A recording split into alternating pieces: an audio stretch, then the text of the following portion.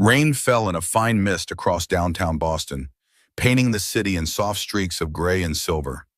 The sidewalks gleamed under his morning haze, and traffic passed in slow, reluctant waves.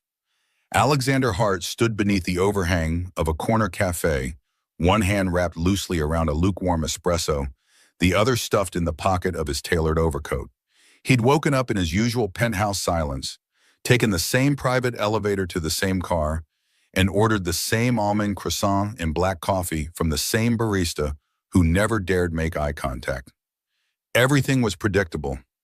Everything was hollow. At 46, Alexander had built an empire out of precision.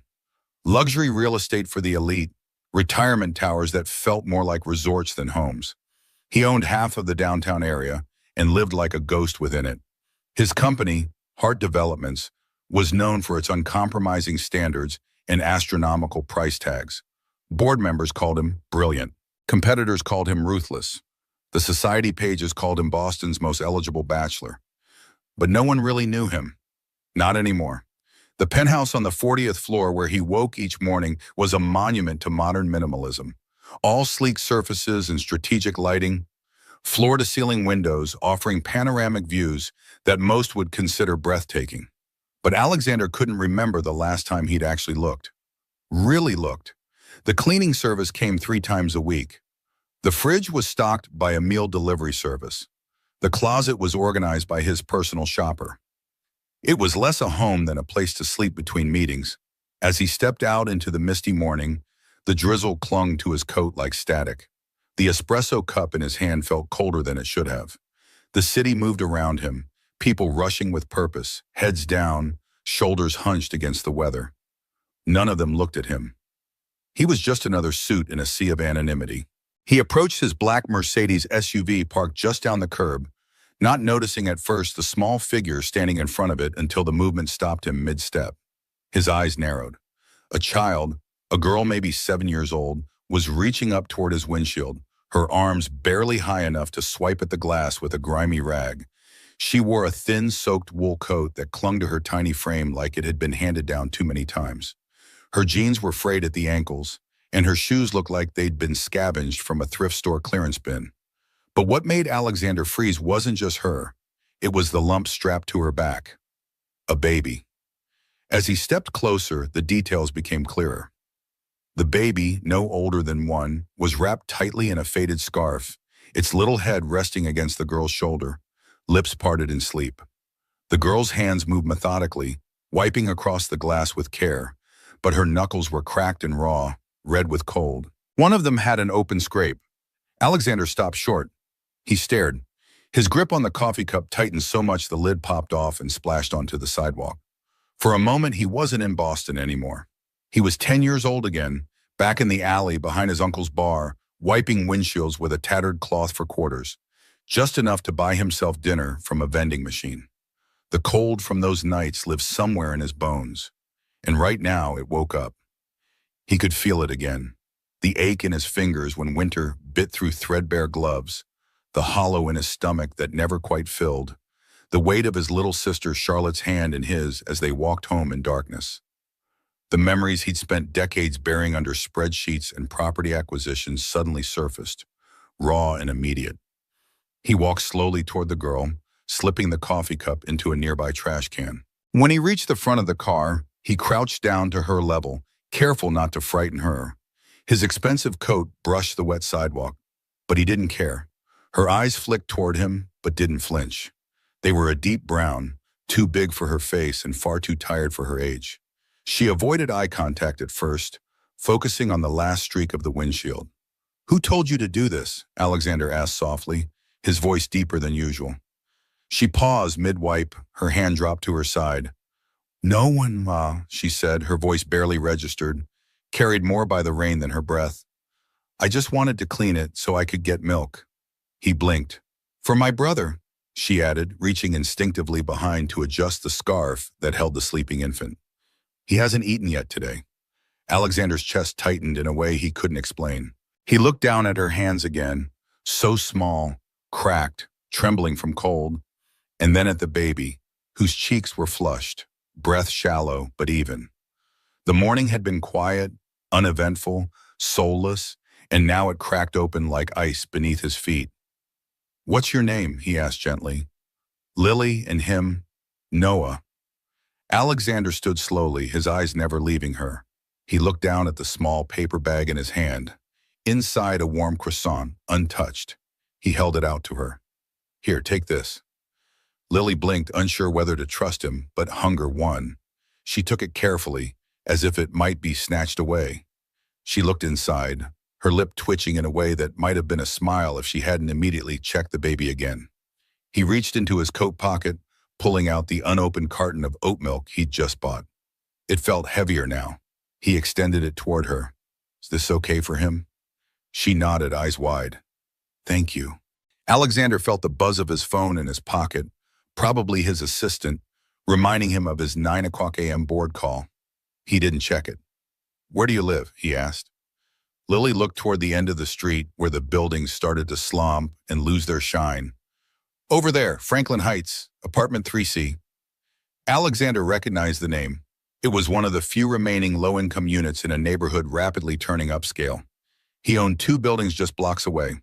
His company had been trying to acquire that property for years, planning to demolish it and build luxury condos. The irony wasn't lost on him. He swallowed. "Your parents?" "Mama passed," she said simply. "And my stepdad, he doesn't like when I come back with nothing." The baby stirred against her back. She reached behind and gently rubbed his back until he stilled again. Alexander stared for a long moment. Everything in his life was polished, precise, and professional. Nothing had ever truly gotten in. But right now, something was cracking, and it wasn't something he could explain. The rain picked up again, tapping harder on the roof of the car. His fingers flexed slightly. "Do you need a ride home?" he asked finally. "I can take you there. I promise you'll be safe." She studied him. Something about the way she looked at him made him feel like he was the one being evaluated, not the other way around. After a beat, she nodded. Alexander opened the passenger door, gently helped her climb in, and watched as she adjusted Noah in her lap, tucking the croissant bag into her coat and hugging the milk carton like it was gold. Alexander closed the door and stood outside for a moment. The cold seeped through his suit jacket, but he didn't feel it. All he felt was the weight in his chest.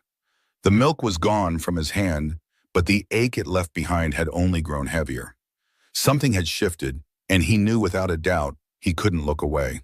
The diner was just around the corner from the cafe, a narrow, outdated little place with red vinyl booths and cloudy windows fogged from the heat inside.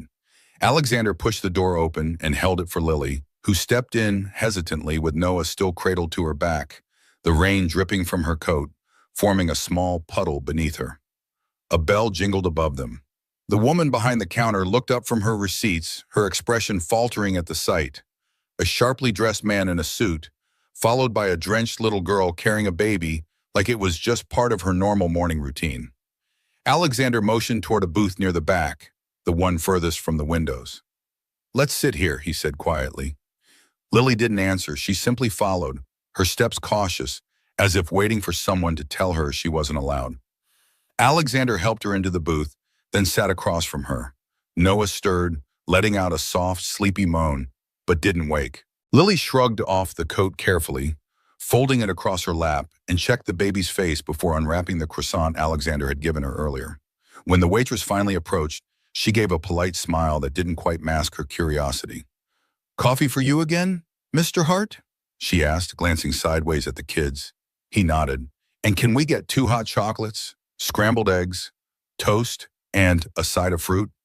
She paused just long enough to make it awkward, then scribbled the order and walked off. Lily didn't touch her food right away. Instead, she pulled off her mittens, more whole than cloth now, and gently woke Noah. She unscrewed the carton of milk and held it to his lips, guiding each sip with quiet, practiced focus.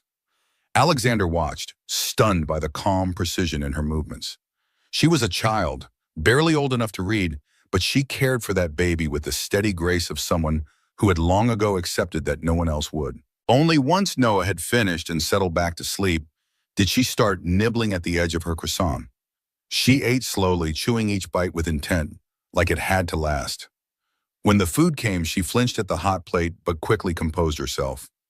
Alexander noticed her glancing at him often, not for approval, but to assess whether any of this was safe. Her instincts weren't born of caution. They were born of survival. She cut one slice of toast in half, tucking it into a napkin and slipping it into her coat pocket with a stealth so subtle it made Alexander's heart ache. He stared out the rain-smeared window. The reflection on the glass revealed both his own tired eyes and Lily's small frame behind him, perfectly superimposed. Her outline sat where his used to, and in that moment, a sharp memory returned. Him at 9, standing in front of a vending machine at the Greyhound bus terminal, eyeing the crackers inside like they were treasure, knowing full well he didn't have the coins to get them. That same hollow ache in his gut, that same belief that no one would notice if he vanished. The whispered phrase from earlier hit him again. "I just want milk." It looped in his head like a broken record, worn and haunting. "You and your brother," he said suddenly, trying to keep his voice even. "You're staying with your stepfather? And your mom? She passed recently?" Lily swallowed and wiped her mouth with the sleeve of her coat. "It's been a while now." Her voice was small, like she was trying to remember how long grief was supposed to feel fresh. "She got real sick." Alexander's hands wrapped tightly around the warm mug in front of him. "And Scott, he's the one taking care of you." Her fork paused. She didn't look up. "He's there." Alexander waited. Lily picked up a slice of banana, rotated it between her fingers, then set it down. "He says," she hesitated, "he says if I don't bring money home, we won't eat." Her tone had changed, detached, flat. "And if I lie or if I take too long or waste food, he gets mad." Alexander's jaw locked. He could feel it, the wave of cold fury rising from the pit of his stomach. She looked up finally, as if only just realizing she'd said too much. Her eyes clouded over, lips pressing into a thin line. The clatter of dishes in the kitchen, the hiss of the coffee machine. Life went on all around them. But at that booth, in that moment, the world narrowed to two truths. One man who had escaped the kind of life most never talked about, and one little girl still living it. He swallowed hard, not trusting himself to speak. Lily shifted nervously. "I wasn't supposed to talk about that," she murmured. "He says people don't like whiny kids." "You're not whining," Alexander said firmly. "You're surviving." Her eyes flicked toward his face, sharp, measuring, and for a second he saw something beneath the guarded silence. Something fragile and bruised, but still intact. Alexander exhaled, steadying himself. Whatever wall had kept the world at arm's length from him for years, boardrooms, schedules, private elevators, he felt it crack right then because the truth sat right across from him, small, hungry, holding a napkin-wrapped piece of toast like it was gold. And for the first time in a long, long while, he felt something real. The rain had slowed, but the sky remained heavy, pressed low over the Boston skyline like a warning. Alexander drove with one hand on the wheel, the other resting near the heater controls. He had turned the vents toward the passenger side, hoping to push as much warmth as possible in Lily's direction. She sat quietly beside him, clutching her coat around her and glancing out the window without really seeing anything. Noah, still nestled against her chest, had fallen back into a restless sleep. Franklin Heights was only a 10-minute drive, but each block felt like a mile. Alexander didn't say much. He was trying to process everything. The image of her tiny hands cracked and raw from the cold, the way she rationed food like it might vanish, the hollow note in her voice when she mentioned Scott. As they crossed into the older part of South Boston, the buildings changed. Steel and glass gave way to rusted fire escapes, sagging gutters, and brick walls stained by time. Franklin Heights appeared suddenly, tucked between an abandoned laundromat and a boarded-up liquor store, its name still etched into a crumbling concrete slab out front. Alexander parked at the curb. The sidewalk was uneven and cracked, the grass strips between the pavement long dead. A broken grocery cart lay on its side near the entrance, tangled in garbage bags. "Third floor," Lily said, her voice barely audible. Alexander got out and walked around to open her door. As she stepped out, the building loomed above them. 4 stories of neglect and resignation. The bricks were painted over at some point, but now the paint peeled in wide flakes, revealing a grimy underlayer. Faded graffiti scarred the sidewall. From a second-floor window, a thin stream of smoke curled out through a busted screen. As they climbed the concrete stairs, Alexander caught sight of a rat slipping behind a rusted drain pipe. The smell hit him on the second landing, a sour mix of mildew, grease, and something he couldn't quite place, but knew meant rot. The hallway lights flickered overhead, casting everything in a yellowish, sickly hue. Apartment 3C's door was dented, the number plate hanging by one screw.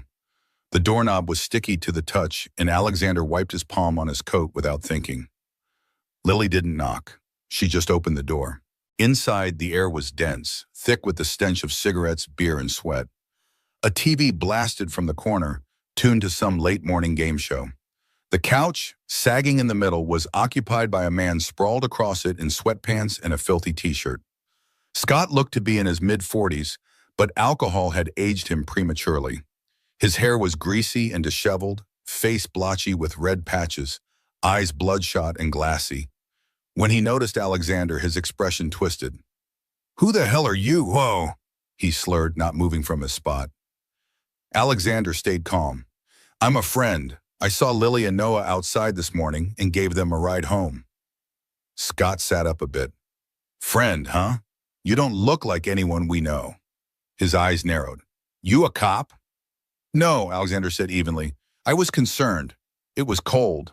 The baby—" "Don't tell me how to raise them," Scott cut in, waving a beer can toward the hallway. "They're fine." Lily had gone to the far corner of the room and was unwrapping the sling from Noah. She placed him gently into a drawer that had been pulled from a dresser and lined with an old beach towel. It served as his crib. No pillow, no mattress, just a drawer on the floor. Alexander looked around. The carpet was stained and sticky, patches of it blackened from old spills. A roach scurried across the bathroom threshold. The kitchen light buzzed faintly, and the smell coming from the sink made his stomach turn. Plates crusted with old food were stacked haphazardly on every surface. Empty beer cans formed small pyramids beside the couch. The walls were stained with what looked like years of cigarette smoke, giving everything a jaundiced tint. The single window in the living room was cracked, covered with a piece of cardboard that fluttered slightly with each gust of wind, allowing cold air to seep in. "I'd like to help," Alexander offered, his voice low. "With the kids, groceries, maybe some supplies." Scott snorted. "Help, huh?" He finally stood, wobbling slightly. "Look, man, unless you're here to buy something or someone, you can get the hell out." Alexander froze. Scott grinned, teeth yellow. "You want to help? Fine. Give me $2,000 cash. That should cover the food they've eaten since their mama died. Fair price, right?" "Children aren't for sale," Alexander replied, his voice colder now. "They need care. And from what I've seen, they're not getting it here." Scott's expression darkened. He crossed the room in 2 steps, grabbing Lily roughly by the arm. "You've been talking, haven't you?" Lily's body went stiff. She didn't cry, just stood perfectly still, eyes wide and fixed on the wall behind Alexander. That was the moment everything inside Alexander shifted. The room, the noise, the smell, they faded. All he saw was her flinch, a silent recoil that spoke louder than any scream. "Let her go," Alexander said, stepping forward, voice low and firm. Scott stared at him for a beat, then released her arm with a scoff. "Fine. You want her? Take her. Take the damn baby too, while you're at it. See how long you last." Alexander didn't answer. He looked to Lily, but she had already stepped back, pulling her coat around herself. She didn't say a word. She just stood beside Noah's drawer crib, eyes lowered, cheeks pale. He knew he couldn't fix this in a day, maybe not even in a month. But one thing was certain. He couldn't walk away. Without another word, Alexander turned and walked toward the door. As he stepped into the hallway, he turned back once. Lily stood at the window, her small hand pressed to the foggy glass, eyes following him. And that image, quiet, fragile, silently pleading, followed him long after he reached his car. The aisles of the department store were quiet at this hour. Neither morning rush nor afternoon lull, just the in-between silence that made the bright lights hum a little louder. Alexander stood motionless in front of a wall of plush animals, hands buried deep in the pockets of his gray wool coat. He hadn't set foot in this part of a store in decades, maybe longer. The last time he'd held a stuffed animal, It had been for his sister, a gift he barely remembered buying but vividly recalled her hugging. Now he was trying to choose one for a girl who hadn't smiled once. He reached out, pulled down a small bunny with long, floppy ears and stitched eyes, then hesitated before putting it back. Too pink, too clean. Somehow it didn't feel right. Then he spotted another, worn-looking by design, neutral gray with a small patch sewn over its belly. It looked like something that had already been through hard days and made it through anyway. That one, he thought. Minutes later, he loaded a cart with diapers, wipes, 2 jars of baby food, a bottle of children's Tylenol, and a pack of night lights. On impulse, he added a coloring book and a pack of crayons. As the cashier rang everything up, she gave him a curious glance, but he was too lost in thought to notice. Back in his car, he didn't drive straight to the office. His assistant had already left 2 voicemails, one about a meeting with investors, another about the quarterly numbers presentation. But Alexander ignored both. Instead, he turned back toward Franklin Heights. He found Lily sitting on the steps outside the building, coat zipped up tight, her cheeks red from the cold. Noah lay across her lap, wrapped in a blanket that looked more like a beach towel. Her eyes lifted when she saw him. No smile, no greeting, just a subtle nod, like she'd somehow known he would come back. He held out a bag. "Got you something." She took it silently, peeking inside. The bunny was right on top. Her fingers paused on its ear, gently tracing the stitching, then tucked it back into the bag like she didn't want to look too eager. "I thought I'd bring you some things," Alexander said, clearing his throat. "Groceries, diapers, just to help." Lily stood, shifting Noah in her arms and motioned toward the building. "You can bring it up. He doesn't care if you drop stuff off." Inside, the apartment was no better than before. Scott wasn't in sight, likely passed out somewhere deeper inside. The TV was still blaring. The smell still clung to the air, like mold to old walls. Lily led him to the corner where the drawer still sat on the floor. She gently placed Noah into it, covering him with the thin blanket. Alexander knelt beside the small stack of plastic grocery bags and started unpacking them. The baby food, the coloring book, the bunny. Lily hovered, watching, her expression unreadable. "I didn't know what he eats, so I just guessed," he said, unsure why he felt the need to explain himself. "He likes carrots," she replied softly. He smiled slightly. "Then I guessed right." She crouched beside the bags and picked up the box of crayons, holding it like it was made of glass. "I used to draw," she murmured. "Mama kept everything I made, even the bad ones." Alexander hesitated. "What happened to them?" "Scott threw them out." Her voice didn't waver. She said it like it was just a fact, like saying it had rained that morning. Alexander's jaw clenched, but he kept his tone steady. "Maybe you can make some new ones." She didn't answer, but she didn't put the crayons down either. He stood up, brushing off his coat, glancing at the broken wall clock above the fridge. 1:15 p.m. He was supposed to be in a meeting by now across the city, nodding at numbers and pretending to care. Instead, he was standing in a room where children slept in drawers. "I should head out," he said finally. Lily didn't stop him, but just as he reached the door, her voice floated behind him, quiet and unsure. "Will you come back?" He turned slowly. "Yes," he said without hesitation. "I will." That night, Alexander sat at the kitchen counter of his penthouse, the city spread out beneath his floor-to-ceiling windows, lights blinking like distant stars. But the view didn't touch him. His laptop sat open, unread emails flooding in. His phone kept vibrating with messages from his executive assistant, Diane, asking where he'd been all day, reminding him of the calls he'd missed, the meetings he'd skipped. For the first time in years, he hadn't shown up, hadn't called, hadn't explained. The Alexander Hart that Boston's business world knew would never do that. He was reliability personified. But today, that version of himself seemed like a stranger. He opened a browser and typed Franklin Heights, Boston history. Articles appeared about the building's decline, its position on the city's list of condemned properties, the ongoing battle between tenant rights advocates and developers. His company's name appeared in several articles. Hart Developments had made multiple offers to buy the property. The most recent offer had been rejected just 3 months ago.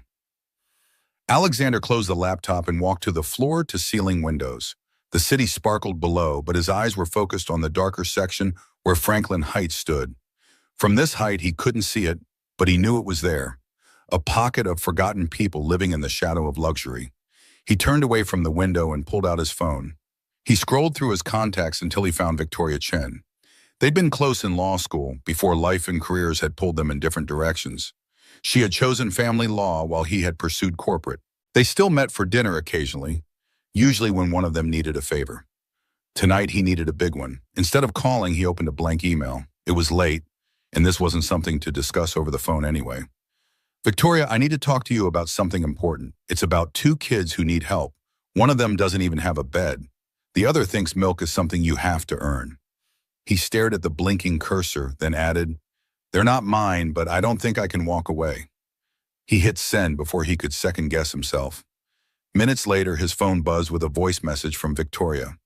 If they're not legally his, and there's no custody paperwork, then technically he's not their guardian, which means he's keeping them without authority.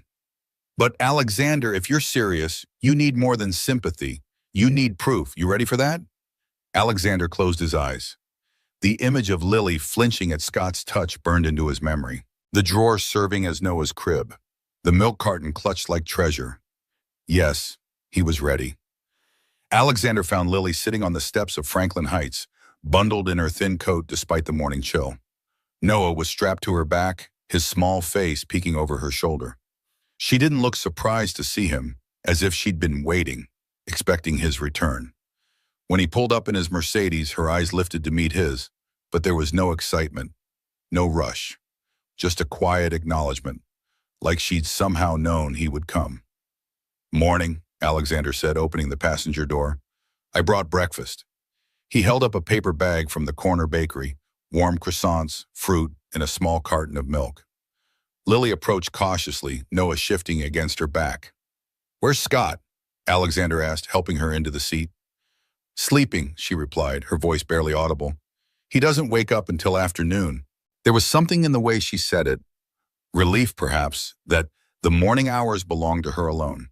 As Alexander drove, he noticed her scanning the interior of his car with careful eyes, not touching anything, maintaining the invisible boundary between herself and luxury.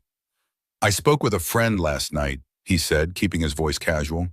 "A lawyer who helps children. Her name is Victoria." Lily didn't respond, but he could feel her attention sharpen. "She wants to meet you," he continued. "Would that be okay?" Lily turned to look out the window. "Is she nice?" The question held volumes. Alexander understood what she was really asking. Will she judge me? Will she take Noah away? Will she make things worse? "Yes," he said simply. "She's nice." When they arrived at Victoria's office, Lily hesitated at the entrance. The building, all glass and polished stone, seemed to intimidate her. Alexander knelt down to her level. "It's just a building," he said gently. "And she's just a person who wants to help." Victoria Chen had the kind of presence that commanded respect in courtrooms, but softened instantly around children. Her office was warm, filled with plants and children's artwork, gifts from past clients. When she saw Lily with Noah strapped to her back, her professional demeanor cracked slightly. "Hello, Lily," she said, crouching down. "And this must be Noah. Alexander has told me about you both." Lily said nothing, but her grip on Noah tightened slightly. "Would you like some juice?" Victoria asked. "Or maybe Noah would like some milk." At the mention of milk, Lily's eyes flickered to Alexander. A silent question. He nodded. "Yes, please," she whispered. As Victoria prepared drinks in the small kitchenette of her office, Alexander noticed a shift in Lily. She wasn't relaxing exactly, but she was observing, taking in the colorful artwork, the comfortable chairs, the sunlight streaming through large windows. This place wasn't threatening, at least not immediately. "I've asked Dr. Rebecca Wong to join us," Victoria explained to Alexander in a low voice. "She's a pediatrician who works with my office. I thought it might be good to have Noah checked out." Alexander nodded, grateful for Victoria's foresight. When Dr. Wong arrived, her approach was gentle but thorough. She examined Noah first, murmuring softly as she checked his weight, his reflexes, his breathing. Lily watched every movement with hawk-like intensity. "He's underweight," Wong said finally, her voice professional but kind, and showing early signs of malnutrition. "Nothing irreversible, but we need to address it." She turned to Lily. Would it be okay if I check you too, sweetie? Lily hesitated, looking to Alexander for guidance. It's your choice, he said, but Dr. Wong just wants to make sure you are healthy. Slowly, Lily nodded. The examination revealed what Alexander had feared: untreated asthma, the beginning of a respiratory infection, and like Noah, signs of inadequate nutrition. Dr. Wong wrote prescriptions and instructions, her face carefully neutral, but Alexander could read the concern in her eyes. The inhaler needs to be used twice daily, she explained, demonstrating the technique to Lily. And Noah needs this supplement with every bottle. I'd like to see you both again in a week to check progress. As Dr. Wong packed up her medical bag, she pulled Alexander aside. These children have been neglected for some time, she said quietly. Lily's asthma should have been treated months ago, and Noah's growth is significantly delayed. There's also evidence of environmental issues, likely mold exposure from substandard housing. Alexander's jaw tightened. Will they be all right? With proper care, nutrition, and medical follow-up, yes, Dr. Wong assured him. Children are remarkably resilient, but they need stability and consistent care moving forward. Later, as Lily and Noah napped on Victoria's office couch, exhausted from the morning's activities, Victoria pulled Alexander aside. What we have here is clear neglect, she said, her voice low. But legally, it's complicated. Scott isn't actually their legal guardian. There's no formal adoption paperwork. So who has legal custody? Alexander asked. Right now, technically no one. Victoria's face was grim. Their mother's death would normally transfer guardianship to the next of kin, but Scott isn't related by blood or marriage. He's essentially keeping them without legal authority. That's good, right? It means he has no claim to them. Victoria hesitated. It's not that simple. The courts prefer family placement when possible. We'd need to prove Scott is unfit, and while neglect is evident, courts move slowly. She paused. There's something else. I found a record for Scott Davis.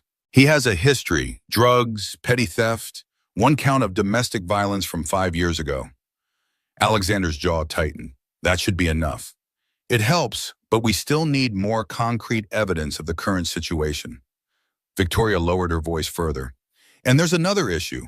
If Scott isn't deemed fit, and there's no other family, the children could enter the foster care system. Sometimes siblings get separated, especially when one is an infant. The thought of Lily and Noah being torn apart sent a chill through Alexander. There's one more option, Victoria said carefully. Temporary emergency custody. It's granted when a child is in immediate danger. It would be temporary, but it would give us time to build a stronger case. How do we get it? We need documentation of the living conditions, testimony from medical professionals like Dr. Wong, and, she hesitated, a willing guardian. Their eyes met. Me, Alexander asked, though he already knew the answer. It would only be temporary, Victoria emphasized. But yes, that's what I'm suggesting. Alexander glanced at Lily, asleep on the couch, one arm protectively wrapped around her baby brother even in slumber. I've never taken care of children, he said quietly. I wouldn't know where to begin. Victoria smiled slightly. Nobody does at first, but I've known you for 15 years, Alexander. You've never backed down from a challenge. Before Alexander could respond, his phone vibrated. The screen displayed multiple missed calls from his executive assistant, Diane, and a text that read, Board emergency meeting called. Your absence noted. Philip asking questions. Philip Wagner, his CFO and the only board member who consistently challenged him. Alexander could imagine the scene in the boardroom, Philip using his absence to undermine his authority, suggesting perhaps the CEO was losing focus. I need to handle something at work, he said, pocketing the phone. Can they stay here a while longer? Victoria nodded. Of course. We still have some paperwork to complete anyway. As Alexander turned to leave, Lily stirred on the couch, her eyes opening instantly, alert as a small animal sensing danger. She sat up quickly when she saw him heading for the door. You're leaving? Her voice was small but steady. Alexander walked back to the couch and crouched beside her.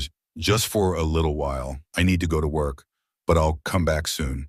Victoria will take care of you until then.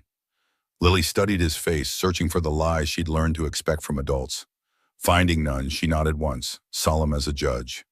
I'll be back, Alexander promised. Try to rest. The Hart Development's headquarters occupied the top 5 floors of a gleaming tower in downtown Boston.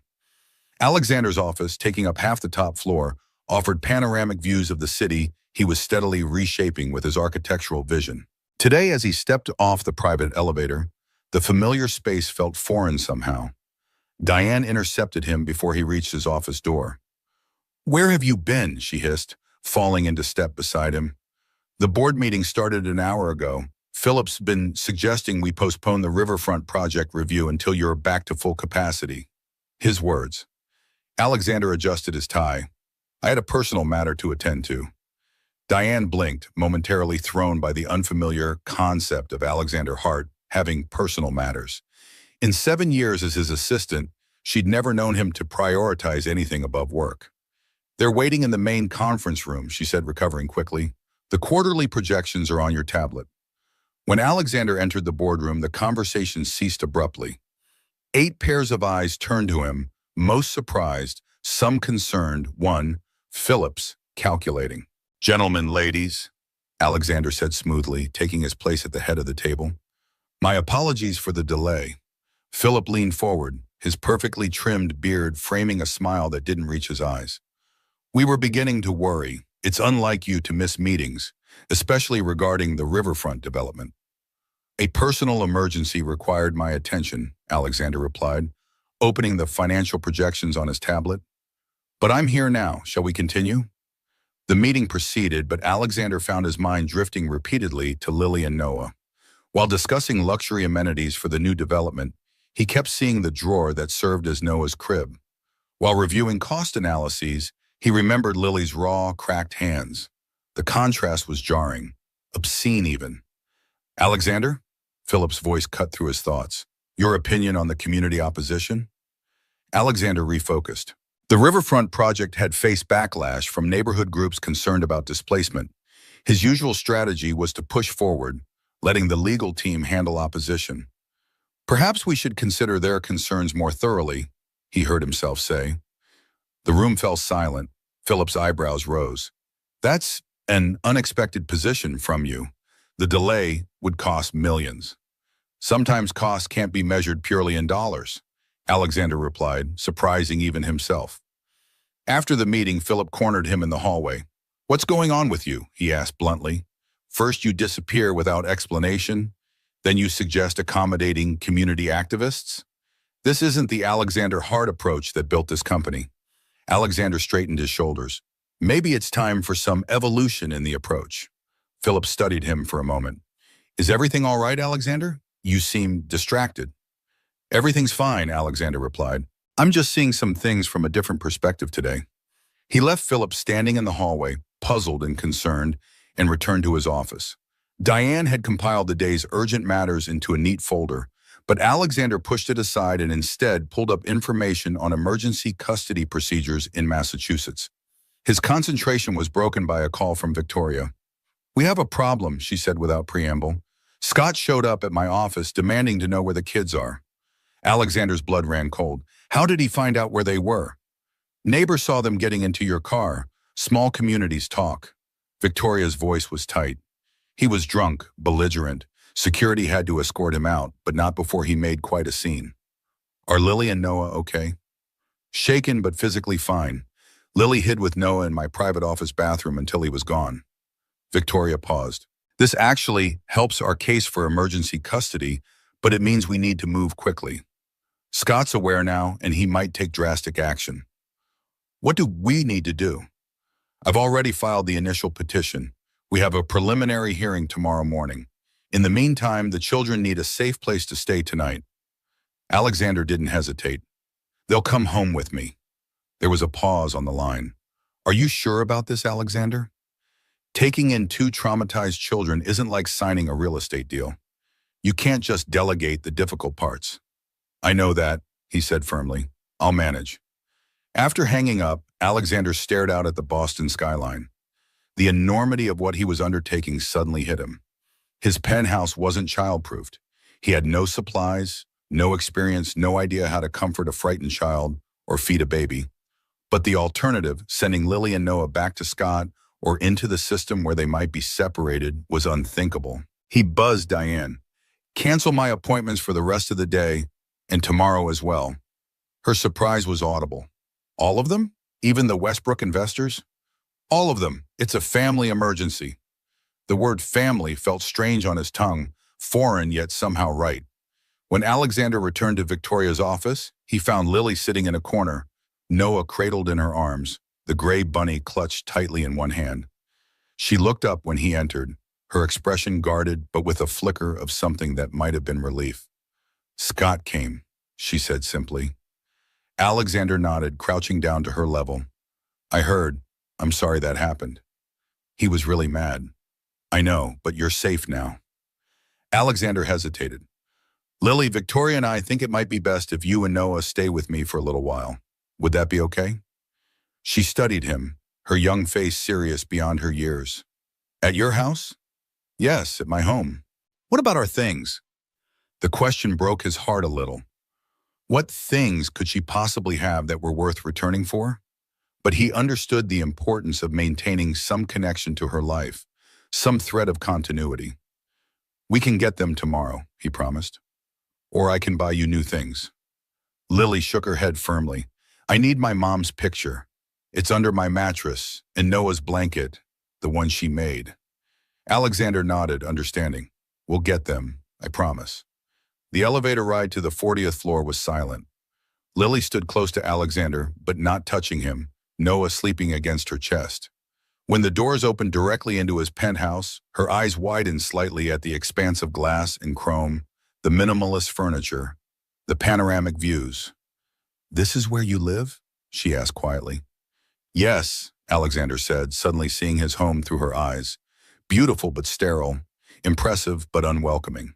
Lily took a tentative step onto the polished hardwood floor, then carefully removed her shoes, setting them neatly by the elevator. She walked further in, her movements small and controlled, as if afraid to disturb the perfection around her. You can put Noah down if your arms are tired, Alexander offered, gesturing to the large sectional sofa. Lily gently laid Noah on the couch, arranging a throw pillow to prevent him from rolling. She placed the gray bunny beside him, then stepped back, her hands clasped in front of her, uncertain what to do next. Alexander realized with a pang that she was waiting for instructions, for rules. Children in her situation learn quickly to navigate the expectations of adults, to make themselves small and unobtrusive. Are you hungry? He asked. I can order food. She hesitated. Can Noah have some more milk? Always Noah first, always his needs before hers. Of course, Alexander said, and anything else he needs, or you need. He showed her to the kitchen, opening the refrigerator to reveal a sparse collection of takeout containers and bottled water. Lily's expression didn't change, but he felt her assessment, a grown man who couldn't even keep milk in his refrigerator. I'll order groceries, he said, pulling out his phone. What does Noah eat, besides milk? Soft things, Lily said, bananas, applesauce. He likes carrots when they're cooked really soft. Alexander added items to the online order, then paused. What about you? What do you like to eat? The question seemed to confuse her. Anything is fine. But what's your favorite food? She considered this carefully as if it were a trick question. Macaroni and cheese, she finally admitted, the kind with the shells. Alexander added it to the cart, along with a variety of other child-friendly foods, diapers, baby wipes, and children's medicine. He hesitated, then added children's books, more coloring supplies, and a proper crib. The order total made no impression on him. The amount was insignificant compared to the deals he signed daily. While they waited for the delivery, Alexander gave Lily a tour of the penthouse. The main living area flowed into a sleek kitchen, then down a hallway to 3 bedrooms, each with its own bathroom. He showed her to the guest room where she and Noah would sleep. This is your room for now, he said, watching as she took in the king-size bed, the floor-to-ceiling windows, the pristine white duvet. Lily approached the bed cautiously, pressing one small hand against the mattress as if testing whether it was real. It's really big, she observed. Too big? Alexander asked. She shook her head. Noah and I can share. We don't take up much room. The simple statement, delivered without self-pity, tightened something in Alexander's chest. "I'll be just down the hall if you need anything," he said. "Anything at all, even in the middle of the night." Lily nodded, but he could tell she didn't quite believe him. Children like Lily learned early that adult promises were often conditional. The grocery delivery arrived, and Alexander set about organizing the food in the kitchen. Lily watched from a distance, Noah now awake and cradled in her arms. When Alexander opened a jar of baby food, she stepped forward. "I can feed him," she said, reaching for the jar. "I know you can," Alexander replied gently, "but you don't have to do everything yourself anymore. Would it be okay if I helped sometimes?" She considered this, then nodded cautiously. That evening, after both children had eaten, Alexander realized the challenge of bedtime. Noah needed a bath, but the penthouse's minimalist bathrooms weren't designed with babies in mind. The temporary crib wouldn't arrive until morning. "We usually just wash with a cloth," Lily explained, sensing his dilemma, "and Noah can sleep in the drawer like at home." "No drawers tonight," Alexander said firmly, "but we can improvise." He filled the massive soaking tub in the master bathroom with a few inches of warm water and added a drop of his expensive bath oil, creating a gentle foam. Lily tested the temperature with her elbow before allowing Noah to be placed in the water. The baby's eyes widened in surprise, then delight as he splashed his small hands against the surface. For the first time, Alexander heard Noah laugh, a bright, bubbling sound that seemed to transform the austere bathroom into something warmer, more alive. And then, miracle of miracles, Lily smiled. It was brief, just a slight upturn of her lips, but unmistakable. That night, after creating a makeshift crib from cushions and blankets, Alexander sat in an armchair near the guest room door, listening to the soft breathing of the children. His phone buzzed with emails and messages, but he ignored them all. Something fundamental had shifted in his world, realigning his priorities with the gravitational pull of these two small lives now under his roof. As he finally dozed off in the chair, his dreams took him back 20 years, to another child caring for a smaller one. Himself at 12, working odd jobs after school, saving his pennies to buy Charlotte a birthday present. The memory was so vivid he could feel the weight of the coins in his pocket, the determination to make her smile despite everything. He woke with a start, disoriented for a moment, then remembered where he was and why. Checking on the children, he found them both asleep, Lily's arm protectively draped over Noah even in slumber. Alexander returned to the living room and pulled out his phone. He scrolled through his contacts until he found one he hadn't used in years, Charlotte Hart. His finger hovered over the name.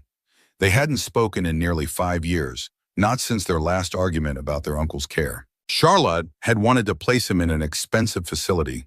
Alexander had refused to spend money on the man who had shown them so little care. Pride and old wounds had kept them apart since then. Before he could reconsider, he typed a simple message. "I miss you. We should talk." Then he turned back to the guest room door, keeping watch over the children until morning light began to filter through the blinds. The preliminary hearing was scheduled for 9 a.m. at the family court downtown. Victoria had coached Alexander on what to expect, but nothing could have prepared him for the surge of protectiveness he felt as they entered the courthouse. Lily walked close beside him. Her hand slipped into his for the first time, Noah securely in a proper baby carrier that Alexander had rushed to purchase the night before. As they approached the courtroom, Victoria met them, her expression professional but concerned. "Scott's here with an attorney," she warned in a low voice. "Richard Simmons, he specializes in these cases." Alexander's jaw tightened. "Is that a problem?" "It means Scott's taking this seriously. Simmons isn't cheap." Victoria glanced at Lily, who was watching them with those observant eyes that missed nothing. "Let's talk more inside." The courtroom was smaller than Alexander had imagined, more intimate and less imposing than the corporate chambers where he usually conducted business. Judge Ramirez presided from a modest bench, her expression neutral as she reviewed the documents before her. Scott sat at the respondent's table, wearing what appeared to be a borrowed blazer, one size too big for his frame. Beside him, Richard Simmons leaned back in his chair with the comfortable posture of someone who knew the system intimately. When Scott spotted Lily, his eyes narrowed, and Alexander instinctively moved to block his view. Victoria presented their case first, methodically outlining the evidence of neglect, the medical reports from Dr. Ed Wong, and photographs of the living conditions at Franklin Heights. She introduced Alexander as a concerned citizen who had encountered the children by chance and recognized their need for intervention. Mr. Hart is requesting temporary emergency custody, Victoria concluded, to ensure the children's safety and well-being while a more permanent solution is determined. Richard Simmons rose with the fluid confidence of experience.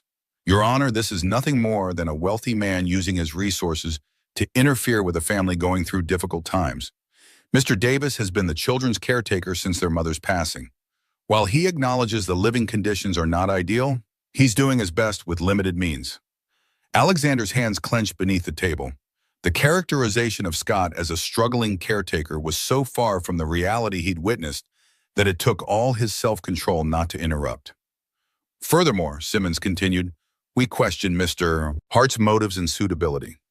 He has no experience with children, no family of his own, and a demanding career that leaves little time for childcare. This appears to be a case of impulsive savior complex rather than genuine concern. Judge Ramirez listened impassively, then turned to Alexander. Mr. Hart, what prompted your involvement with these children? Alexander felt all eyes on him, but he focused only on the judge. I saw a little girl cleaning my windshield in the rain, Your Honor. When I asked why, she said she needed milk for her baby brother. She was 7 years old with cracked hands and a 1-year-old strapped to her back. He paused, gathering himself. I know what it's like to be that child. I was once in her position, caring for my younger sister after our parents died. The difference is, I was 12, not 7, and even then it was nearly impossible. The judge's expression softened almost imperceptibly. And you believe you can provide suitable care for these children? I know I have much to learn, Alexander admitted, but I can provide safety, stability, proper nutrition, and medical care.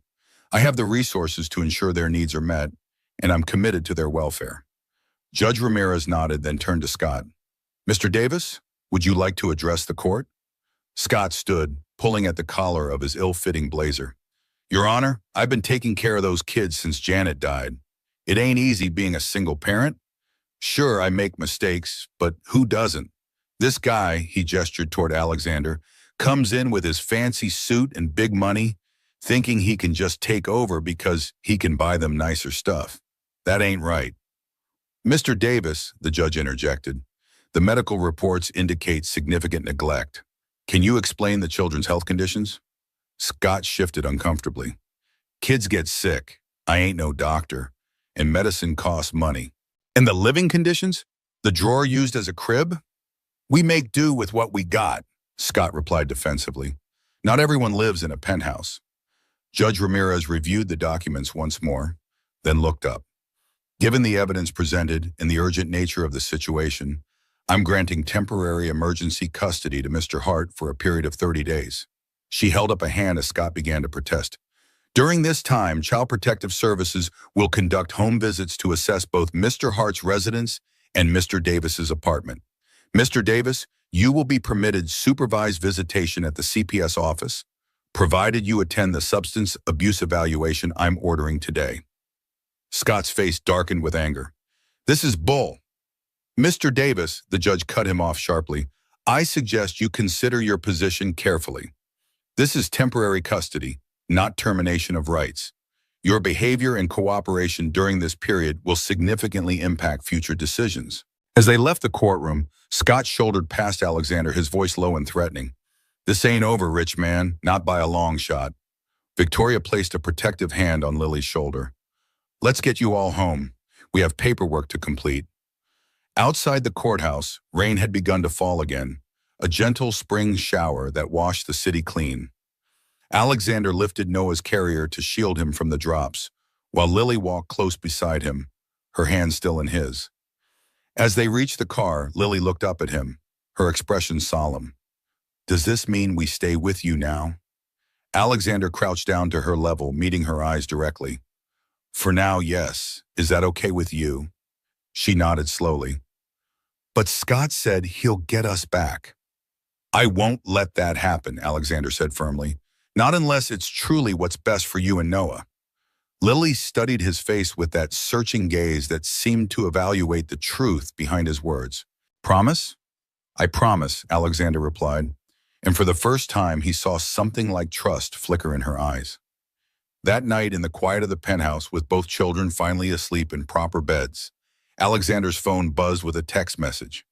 He expected it to be Victoria with some legal update, or Diane with some work emergency that couldn't wait. Instead, it was Charlotte. "I miss you too. It's been too long. Call me tomorrow?" Alexander smiled, feeling a circle beginning to close, a wound starting to heal. As he looked out at the city lights, he thought about the strange, unexpected path that had led him here. From a successful but hollow existence to suddenly being responsible for two small lives. He wasn't sure exactly what the future held, but for the first time in years, it felt full of meaning, full of possibility, and that seemed worth any challenge that might come. Alexander's phone buzzed with an unfamiliar number. The screen flashed Child Protective Services, sending a jolt of adrenaline through his body. It had been 2 weeks since the emergency custody hearing, 2 weeks of learning how to care for Lily and Noah, 2 weeks of reshaping his life around their needs. "Mr. Hart, this is Grace Martinez from CPS. I'm calling to schedule our first home inspection." Alexander had been expecting this call, but the reality of it still tightened his chest. "Of course, when would you like to come?" "Tomorrow morning, if that works for you. These inspections are typically conducted with minimal notice to ensure we see authentic living conditions." "Tomorrow is fine," Alexander replied, making a mental note to reschedule his morning meetings. "What time?" 9 a.m. And Mr. Hart, I should inform you that we've received a complaint." Alexander's grip on the phone tightened. "What kind of complaint?" "The nature of the complaint suggests you may be an unsuitable guardian due to your work commitments and lack of childcare experience. We're required to investigate all complaints, regardless of merit." Scott. It had to be Scott. "I understand," Alexander said evenly. "We'll be ready for your visit." After hanging up, Alexander leaned against the kitchen counter, gathering his thoughts. The penthouse had undergone a remarkable transformation in 2 weeks. The sterile, minimalist space had softened with evidence of children, a basket of toys in the living room, colorful plastic cups in the kitchen cabinets, small shoes by the door. Lily was at school, the prestigious Fisher Academy, where Alexander had secured emergency enrollment. Noah was napping in the nursery that had once been a home office. The conversion had been quick but thorough, with Alexander hiring designers to create a proper children's space within days. He checked his watch and headed toward his laptop. The quarterly budget meeting would start in 10 minutes, virtually, as he'd arranged all his meetings to be since the children arrived. His board members had been surprisingly accommodating, though Philip Wagner made no effort to hide his disapproval. Alexander settled at the kitchen island with his laptop, positioning it so he could see the hallway to Noah's room. The meeting began with the usual financial reports, profit projections, and development updates. Alexander listened with half his attention, the other half tuned to the baby monitor beside his computer. "Moving on to the riverfront development," Philip said, his voice carrying the slight edge it always did lately. "We've encountered more community resistance than anticipated." Alexander nodded. "What are their specific concerns?" "The usual: displacement, gentrification, affordable housing." Philip waved a dismissive hand. "Nothing our legal team can't handle." Something about Philip's casual dismissal bothered Alexander in a way it wouldn't have 3 weeks ago. "I'd like to review their concerns in detail. Perhaps we can incorporate some of their requests into the design." Philip's eyebrows rose. "That would increase costs significantly." "Not necessarily. Creative solutions exist if we're willing to look for them." The other board members exchanged glances. This wasn't the Alexander Hart they knew, the man who bulldozed obstacles and prioritized profit margins above all else. "Alexander," Philip said carefully, "I think we need to discuss your current situation. Your personal circumstances are affecting company decisions." "My personal circumstance have nothing to do with this," Alexander replied firmly. "I'm simply suggesting we consider a more community-oriented approach." "This is exactly what I'm talking about," Philip countered. "Suddenly you're advocating for community interest over shareholder value? The timing seems suspicious." The baby monitor crackled with Noah's waking sounds, saving Alexander from having to respond immediately. "I need a moment," he said, putting the meeting on hold. He returned 5 minutes later, with Noah in his arms, the baby contentedly chewing on a teething ring. The board members' expressions ranged from surprise to uncomfortable to openly disapproving. Gentlemen, ladies, my apologies. As you can see, I have some additional responsibilities at the moment. Alexander adjusted Noah on his lap. Now, regarding the riverfront project, I'm not suggesting we abandon our plans. I'm proposing we evolve them to include some affordable housing units and community spaces. Philip's expression hardened. Alexander, we need to speak privately after this meeting. When the other board members had disconnected, Philip didn't mince words. This is precisely what I feared. These children are compromising your business judgment. I disagree, Alexander said calmly, bouncing Noah gently as the baby began to fuss. If anything, they have clarified my vision. The board is concerned, Alexander. There's talk of a temporary leadership change while you sort out this situation. Alexander felt a cold wash of shock. A leadership change? I've founded this company. I own controlling interest. You own 48%, Philip corrected, and the bylaws allow for temporary reassignment of CEO duties with a 3/4 board vote in extraordinary circumstances. He paused. We're not there yet, but if this continues, the threat hung in the air between them. My personal life is not the board's concern, Alexander said, his voice dangerously quiet. It is when it affects the company. You've missed meetings, changed positions on key projects, and now you're literally conducting business with a baby on your lap. Philip shook his head. This isn't you, Alexander. You're the most driven, focused person I know. Or at least you were. After Philip disconnected, Alexander sat in silence, Noah still contentedly gumming his teething ring. Was Philip right? Had he lost his edge? For nearly 2 decades, he'd devoted everything to building heart developments. Now, suddenly, other priorities had emerged. Priorities that seemed more vital, more meaningful than profit margins and expansion plans. The front door opened and Lily entered, followed by the nanny Alexander had hired to take her to and from school. The child's face brightened slightly when she saw Alexander and Noah waiting. How was school today? Alexander asked, dismissing the nanny with a nod. Lily set her backpack down carefully. It was okay. We had art class. Her reserved response concerned him. Fisher Academy was supposed to be the best, but Lily still seemed uncomfortable there. Did something happen? He pressed gently. She shrugged, avoiding his eyes. The other kids have fancy clothes and say fancy things. They asked if I was a charity case. Alexander felt a surge of anger, not at the children, who were simply parroting their parents' prejudices, but at the culture that created such divisions. You are not a charity case, he said firmly. You're a smart, brave girl who takes care of her brother better than most adults could. Lily looked unconvinced. One girl said, you're not really our dad, just someone who felt sorry for us. The words stung more than Alexander expected. Technically, the girl was right. He wasn't their father. But in the past 2 weeks, he'd begun to feel a connection he'd never anticipated, a fierce protectiveness that seemed to grow stronger each day. Lily, look at me, he said gently. What matters isn't what other people say. What matters is that you and Noah are safe and that I care about you both very much. She studied his face, searching for truth in his words. But what happens when you don't want us anymore? The question knocked the breath from him. Why would you think that would happen? People always leave, she said simply, or they change their mind. Alexander set Noah in his bouncer seat and knelt before Lily, meeting her eyes. I promise you, I am not going to change my mind. You and Noah are not temporary to me. She didn't respond, but he could see the doubt in her eyes, the ingrained suspicion of adult promises that had been broken too many times before. The next morning, Grace Martinez arrived precisely at 9.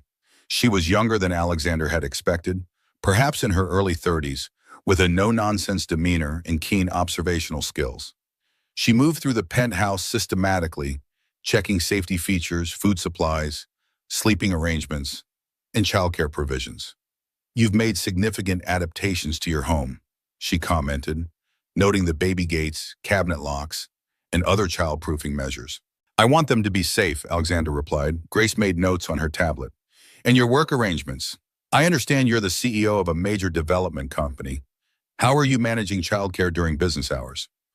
I've hired a nanny who's here when I need to be in the office, but I've moved most of my meetings online and rearranged my schedule to be home as much as possible.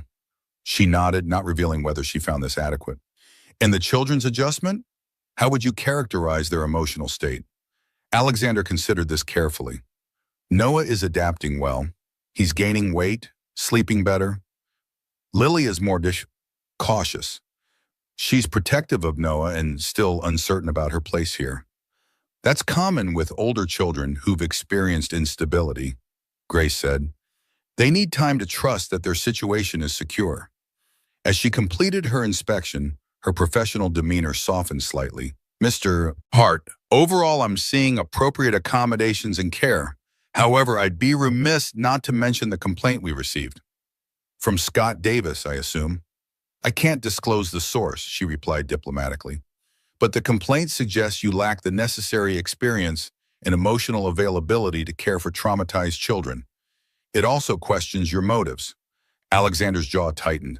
My motives are simply to ensure these children are safe and cared for. Grace nodded. I understand that, but courts prefer family reunification when possible. Mr. Davis has enrolled in the court-mandated substance abuse program and is attending parenting classes. The news hit Alexander like a physical blow. You can't seriously be considering returning the children to him. That's not my decision to make, Grace replied carefully. But I should prepare you for the reality that temporary custody is just that, temporary. Unless more permanent legal arrangements are pursued or Mr. Davis is deemed permanently unfit, reunification remains the goal. After she left, Alexander immediately called Victoria. Scott is working the system, he said without preamble. He's taking classes, attending programs. The CPS worker implied reunification is still the goal. Victoria sighed. That's standard procedure, Alexander. The courts always prefer family reunification if possible. He's not their family. He was just their mother's boyfriend. I know, but he's been their caretaker since her death. That carries weight. Victoria paused. There is another option. You could petition for permanent custody. The thought had crossed Alexander's mind repeatedly over the past 2 weeks, growing from a whisper to a shout. What would that involve? It's a significant commitment, Alexander. The court would examine every aspect of your life, finances, personal history, work commitments, support system. And even then, if Scott continues to show improvement, it's not guaranteed. Alexander paced the living room, his mind racing. Schedule a meeting. I want to discuss this further. Later that day, Alexander received an unexpected visitor. Philip Wagner stood in the lobby, requesting access to the penthouse. Alexander hesitated, then instructed security to send him up. Philip emerged from the elevator looking distinctly uncomfortable in the now child-friendly space. His eyes lingered on the toys scattered across the floor, the half-assembled puzzle on the coffee table, the colorful artwork taped to the refrigerator. This is quite a transformation, Philip remarked, declining Alexander's offer of a drink. What brings you here, Philip? More concerns from the board? Philip sighed, dropping the professional veneer. This is more personal, Alexander. We've worked together for 12 years. I've never seen you like this. Like what exactly? Distracted, emotional, making decisions based on sentiment rather than strategy. Philip gestured around the penthouse. You've completely upended your life for children you barely know. It's concerning. I appreciate your concern, Alexander said evenly, but my personal choices are not your concern. Philip shook his head. When those choices affect the company we built together, they become my concern. He pulled an envelope from his jacket. The board met this morning. This is a formal notice requesting you take a leave of absence for 90 days. Alexander stared at the envelope, anger rising in his chest. A leave of absence? On what grounds? Personal circumstances requiring significant adjustment. It's temporary, Alexander. Take the time you need to sort this situation out, then return with your full focus. And if I refuse? Philip's expression hardened. Then we proceed to a vote on temporary reassignment of CEO duties, as permitted by the bylaws. Alexander felt cold fury rising within him. You've been waiting for an opportunity like this, haven't you? You've always wanted control. This isn't about control, Philip insisted. It's about protecting what we built. Look around you, Alexander. You've turned your life upside down in less than a month. Your priorities have completely shifted. Maybe they needed to shift, Alexander countered. Maybe there's more to life than the next development deal or the quarterly earnings report. Philip stared at him, genuinely baffled. This isn't you talking. The Alexander Hart I know would never say something like that. Perhaps you never really knew me, Philip. Or perhaps I'm finally remembering parts of myself I buried long ago. After Philip left, Alexander sat in silence, the board's letter unopened on the coffee table. His company, his life's work, was slipping away. 3 weeks ago, this would have been unthinkable, catastrophic. Now, though the prospect still stung, it didn't devastate him. Other concerns had taken precedence. His phone rang. Victoria. I have some disturbing news, she said without preamble. Scott has hired a private investigator to dig into your past. My contact at the courthouse says he's building a case to challenge your fitness as a guardian. Alexander's stomach tightened. What kind of case? Anything he can find, your workaholic tendencies, any past relationships that ended badly, your family history. Victoria paused. Speaking of which, is there anything I should know? Anything that might come up? Alexander thought of his childhood, his estranged sister, the uncle who had neglected them after their parents died. Nothing criminal or scandalous, just complicated family dynamics. Complicated how? My parents died when I was 12. My uncle took us in, but it was barely present. I essentially raised my younger sister, Charlotte. We had a falling out years ago and haven't spoken much since. Victoria was silent for a moment. That actually might work in our favor. It shows you understand what these children are experiencing. Have you reconnected with your sister recently? Alexander thought of Charlotte's text message. We're talking again, slowly. Good. Family support strengthens your position. Alexander, Victoria's voice softened.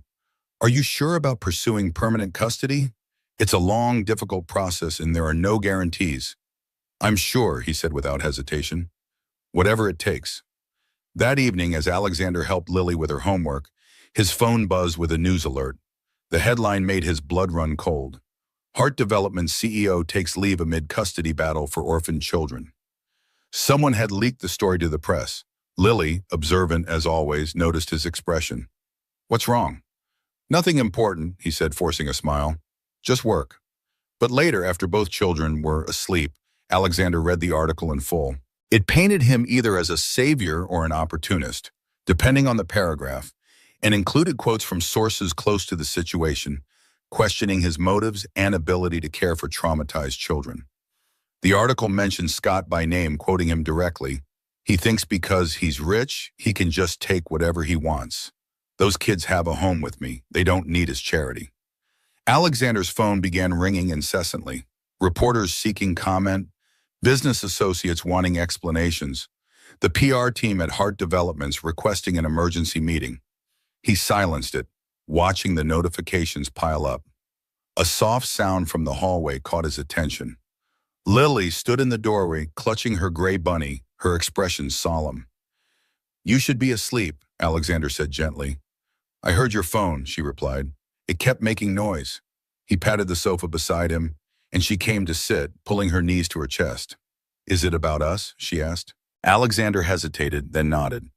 Some people are curious about our situation, but it's nothing for you to worry about. Scott told people, didn't he? That's why your phone keeps ringing. Her perceptiveness continually surprised him. Yes, I think he did. Lily nodded as if confirming something she already knew. He used to do that with my mom, too. Tell people things to make trouble.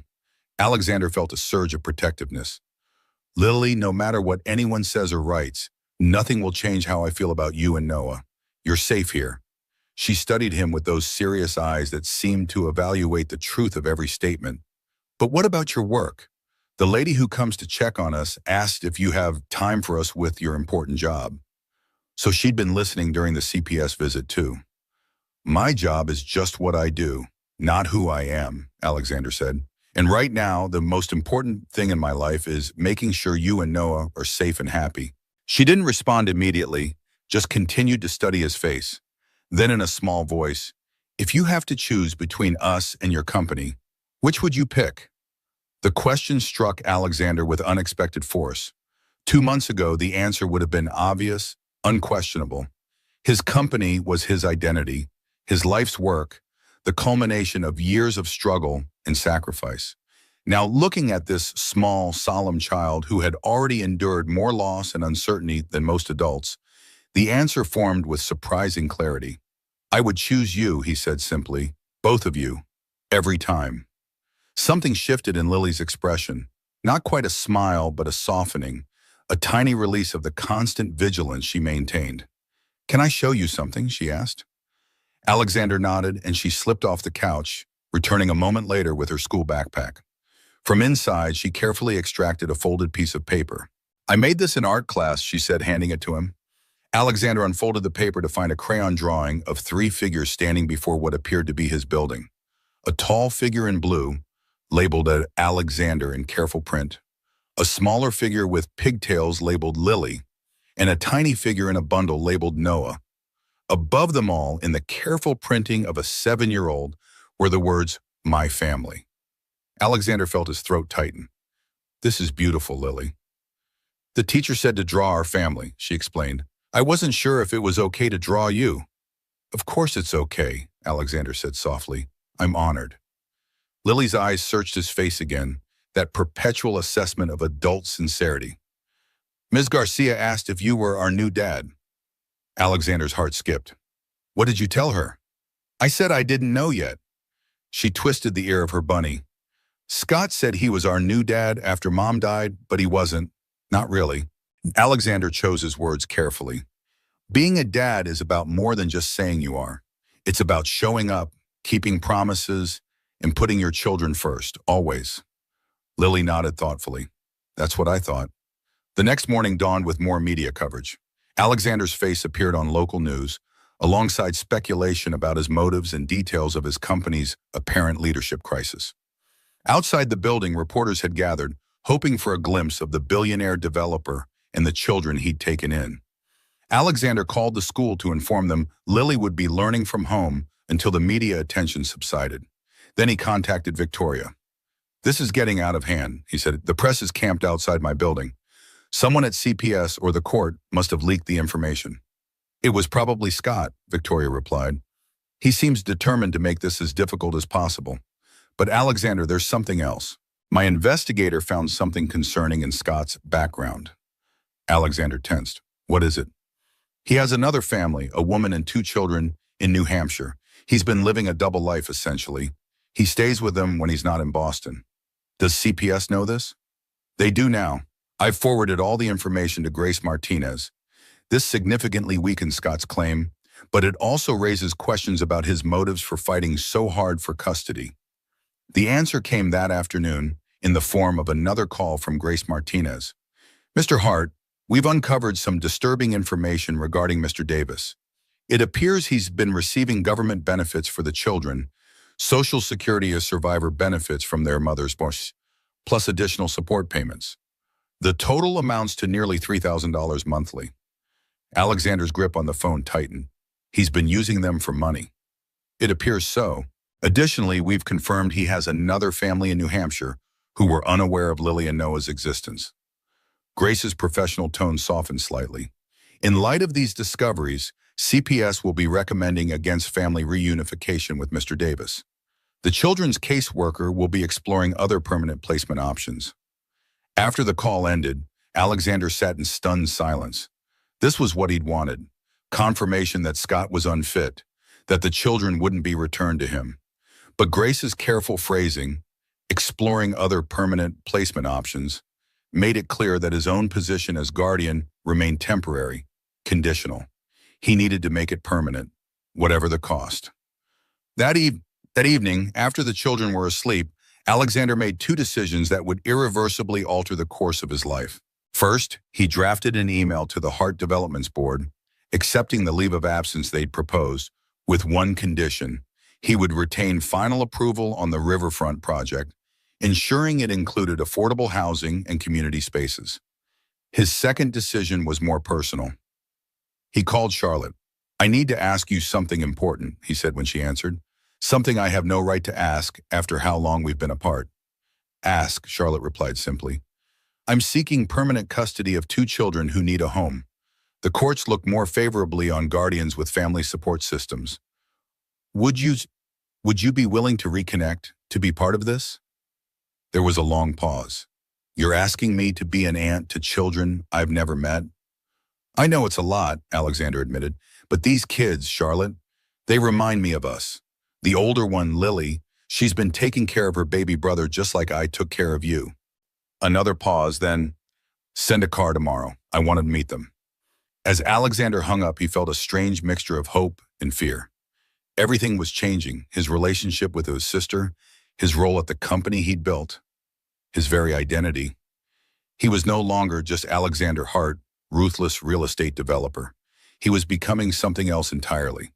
What that would cost him, and whether he could bear those costs, remained to be seen. The family courtroom felt smaller today, more intimate, and yet somehow more intimidating. Alexander straightened his tie, not the usual power tie he wore for business negotiations, but a softer blue one that Charlotte had suggested made him look more approachable, more paternal. Beside him, Victoria arranged documents on the table, her movements precise and confident. Across the aisle, Scott Davis sat with his attorney, Richard Simmons. Scott wore a clean button-down shirt and khakis, a dramatic improvement from his previous court appearance. The weeks in the substance abuse program had cleared his complexion and steadied his hands. He looked, Alexander had to admit, like a man trying to turn his life around. "Don't let his appearance fool you," Victoria whispered, following Alexander's gaze. "My investigator confirmed he's still seeing the family in New Hampshire on weekends. He's playing a role by Noah." Judge Ramirez entered, and the bailiff called the court to order. This wasn't just another status hearing. Today's proceeding would determine the next phase of custody for Lily and Noah, whether Alexander's temporary guardianship would be extended, whether Scott would regain custody, or whether the children would enter the foster care system while more permanent arrangements were made. "We have several matters to address today," Judge Ramirez began. "First, I'll hear from Child Protective Services regarding their assessment of both potential guardians." Grace Martinez approached the stand, her demeanor professionally neutral. She summarized her findings methodically. Alexander's home was safe and appropriate. The children were receiving excellent care. Their health had improved significantly. She noted Alexander's recent leave of absence from his company, framing it as a positive step to ensure he had adequate time for childcare. Then she turned to Scott's situation. Her assessment was measured but unmistakably negative. The apartment in Franklin Heights remained substandard despite some superficial improvements. Scott's attendance at required programs was inconsistent. Most damning was the revelation of his other family in New Hampshire. Based on these findings, Grace concluded, CPS recommends against returning the children to Mr. Davis's care at this time. Alexander felt a wave of relief, quickly tempered by her next statement. However, we also have concerns about Mr. Hart's long-term suitability as a guardian. While his material provisions for the children are excellent, permanent guardianship requires deep commitment and significant lifestyle changes. Mr. Hart has no prior experience with children, no parenting history, and until recently showed no interest in family life. Victoria tensed beside him. This wasn't the unqualified endorsement they'd hoped for. Additionally, Grace continued, Mr. Hart lacks the biological or legal connection that courts typically favor in permanent placement decisions. Judge Ramirez nodded. Thank you, Ms. Martinez. I'd now like to hear from both petitioners directly. Richard Simmons presented Scott first, guiding him through carefully rehearsed responses about his progress in treatment, his love for the children, and his commitment to providing a better home. I know I messed up, Scott said, his voice appropriately contrite. But I've been part of those kids' lives since they were little. I'm the closest thing to family they've got. And when it was Alexander's turn, Victoria had prepared him to emphasize stability, commitment, and his growing bond with the children. But as he took the stand, the prepared responses felt hollow, insufficient. Mr. Hart, Judge Ramirez said, why should this court grant you continued custody of children to whom you have no legal or biological relationship? Alexander met her gaze directly. Your Honor, 3 months ago, I was a different person. I moved through life focused entirely on building my business, accumulating wealth, achieving success as it's traditionally defined. Then I met a little girl cleaning my windshield in the rain, a baby strapped to her back, asking only for milk for her brother. He paused, gathering his thoughts. That moment changed everything for me. Not because I felt sorry for them, but because I recognized myself in Lily. After my parents died, I was the one caring for my younger sister, doing whatever it took to keep us together, to keep her safe. The courtroom was silent, even Scott seemingly caught by the raw honesty in Alexander's voice. I can provide Lily and Noah with every material advantage, yes. But more importantly, I understand what they've been through. I know what it's like to be the child who has to grow up too fast, who carries responsibilities no child should bear. I can help Lily reclaim the childhood she deserves while ensuring Noah never experiences the neglect they both suffered. Judge Ramirez studied him. And your career? Building a business empire typically leaves little time for childcare. I've taken a leave of absence from my company, Alexander replied, and I'm rethinking my priorities entirely. No business success could possibly be more important than Lily and Noah's well-being. The judge nodded, making notes. I'd like to hear from a few more witnesses before making my determination. Ms. Chen, please call your next witness. Victoria called Charlotte Hart to the stand. Alexander watched his sister approach, feeling a complex mixture of gratitude and lingering sadness for their years of estrangement. Charlotte wore a simple navy dress, her dark hair pulled back in a professional bun. At 42, she carried herself with the confident poise of the successful psychologist she'd become. After establishing Charlotte's credentials in relationship to Alexander, Victoria guided her through questions about their childhood, Alexander's role as her caretaker after their parents' death, and her observations of his interactions with Lily and Noah. In the weeks since we've reconnected, Charlotte said, I've seen my brother transform. The children have awakened something in him that I thought was lost, a capacity for tenderness, for putting others' needs before his own. And do you believe he can provide appropriate care for these children long-term? Victoria asked. Charlotte didn't hesitate. Absolutely. Alexander raised me from the time I was 7. He worked multiple jobs to ensure I had what I needed, helped with my homework, attended school functions when our uncle couldn't be bothered. He sacrificed his own childhood so that I could have one. I have no doubt he would do the same for Lily and Noah. Richard Simmons cross-examined Charlotte aggressively, highlighting the siblings' 5-year estrangement and suggesting her testimony was merely family loyalty rather than objective assessment. You barely spoke to your brother for years, Simmons pressed. Now suddenly you're an expert on his parenting abilities? Charlotte remained composed. I know my brother better than anyone in this courtroom. Our estrangement doesn't change that. And as a clinical psychologist who specializes in child development, I can professionally attest to the positive bond forming between Alexander and these children. When Charlotte stepped down, Victoria called Diane Thompson, Alexander's executive assistant. Diane testified to the dramatic shift in Alexander's priorities, his willingness to step back from the company he'd built, and his unwavering focus on the children's needs above business concerns. In 7 years working with Mr. Hart, I've never seen him miss a meeting or reschedule an investor call, Diane said. But since Lily and Noah came into his life, he hasn't hesitated to put them first. He's not the same person he was 3 months ago. Scott's attorney called several witnesses as well, neighbors who testified that Scott had seemed to care for the children, the facilitator of his substance abuse program who confirmed his attendance, and a cousin who claimed Scott had always spoken lovingly of his kids. As the testimony concluded, Judge Ramirez announced she would hear from one final witness. I'd like to speak with Lily directly, she said, in my chambers with only counsel present. Alexander felt his heart rate accelerate. Lily had been waiting outside the courtroom with Noah and a court-appointed supervisor. She was perceptive, intelligent, and fiercely protective of her brother. But she was also only 7, a child who had endured significant trauma and instability. As Lily was led into the judge's chambers, Alexander caught her eye, offering what he hoped was a reassuring smile. She didn't smile back, but he saw the slight relaxation in her posture that had come to recognize as trust. The wait seemed interminable. Alexander sat rigidly, trying to project calm while his mind raced through possibilities. What would Lily say? What if she was too frightened to speak? What if her loyalty to her deceased mother somehow translated to loyalty to Scott? Finally, the door opened. Lily emerged first, her expression solemn but composed.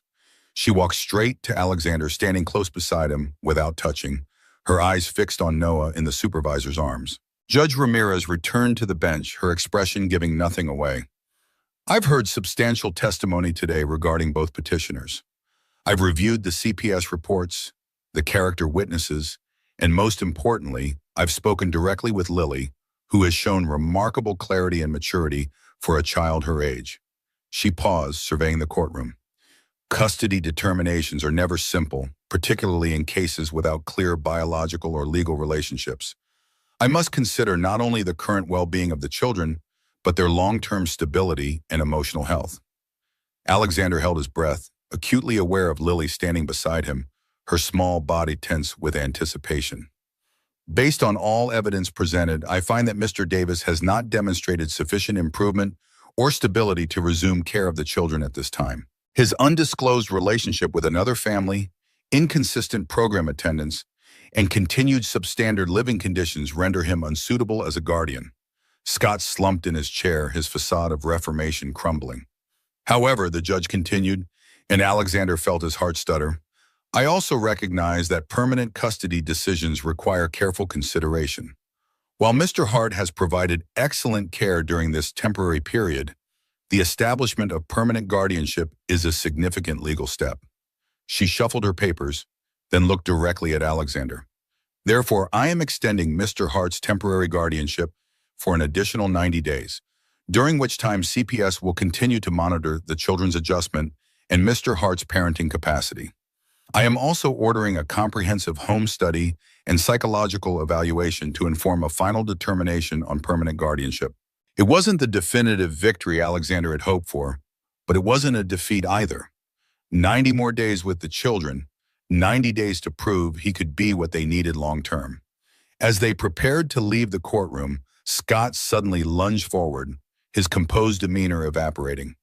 "This is bull," he shouted. "You think you can just buy those kids because you're rich? They're mine. I'm the one Janet trusted with them." The bailiff moved quickly to restrain him, but not before Scott directed his rage toward Lily, who shrank against Alexander's side. "You ungrateful little brat," Scott spat.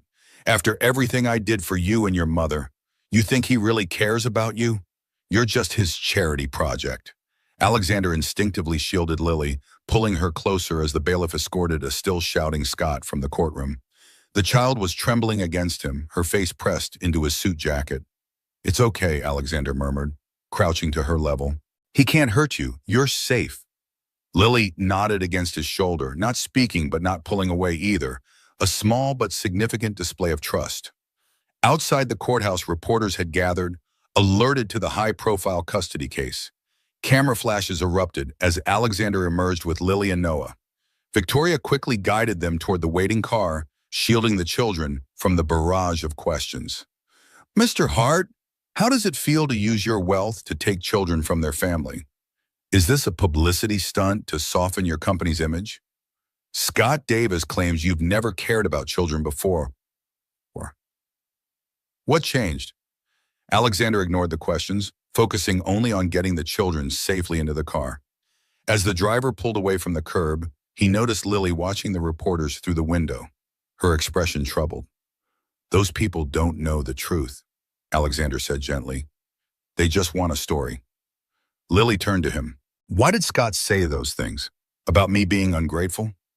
Alexander chose his words carefully. Sometimes when people are angry or hurt, they say things they don't mean, or things that aren't true. "But I did tell the judge I wanted to stay with you," Lily said quietly. "Was that ungrateful?" "No, sweetheart. You told the truth about what you want and need. That's never wrong." Lily seemed to consider this, then asked the question that had clearly been weighing on her. "Is Scott right? Am I just a charity project?" The question pierced Alexander's heart. "Absolutely not. You and Noah are so much more than that to me." "But you are rich, and we are poor," Lily persisted, her young mind grappling with the complex dynamics adults had created around her. That's what the reporters were saying. Alexander took a deep breath. "Money doesn't determine who belongs together, Lily. What matters is love, care, and commitment. And I care about you and Noah very much." She studied his face with that penetrating gaze that seemed to evaluate the truth of every statement. "Promise?" "I promise," Alexander replied solemnly. That evening, after the children were settled in bed, Alexander sat with Charlotte in the living room, the city lights twinkling beyond the windows. They'd spent more time together in the past few weeks than in the previous 5 years, slowly rebuilding the connection that had once been the center of both their lives. "You did well today," Charlotte said, sipping her tea. "The judge was impressed with you." "Not impressed enough to grant permanent custody," Alexander replied, the disappointment still fresh. "She's being thorough, which is exactly what she should be. These are children's lives at stake." Charlotte set down her cup. "The psychological evaluation will help. You've formed a genuine bond with them, especially Lily. That will be evident to any competent evaluator." Alexander nodded absently, his mind elsewhere. "I can't stop thinking about what Scott said to her, calling her ungrateful, accusing me of buying them. What if she believes him?" "Children are resilient but perceptive," Charlotte said, her professional expertise blending with sisterly concern. "Lily trusts you, Alexander. I've seen it in how she looks to you for reassurance, how she's beginning to let her guard down. But trust is fragile when you've been hurt before." "How do I strengthen it?" "By doing exactly what you've been doing, being consistent, keeping your promises, putting her needs first." Charlotte paused. "And by being honest about your intentions." Alexander looked up sharply. "What do you mean?" "The court is asking if you can be their guardian, but I think you need to ask yourself a deeper question. Do you want to be their father?" The question hung in the air between them, voicing the transformation that had been occurring within Alexander these past months. He had moved from reluctant guardian to dedicated caretaker, but the question of permanent parental commitment remained largely unspoken. "I never thought I'd be a father," Alexander said finally. "It wasn't part of my plan." Charlotte smiled slightly. "Life rarely follows our plans. You never planned to raise your little sister either, but you did it without hesitation. That was different. You were family." "And what are Lily and Noah becoming to you, if not family?" Alexander had no answer, but the question resonated deeply.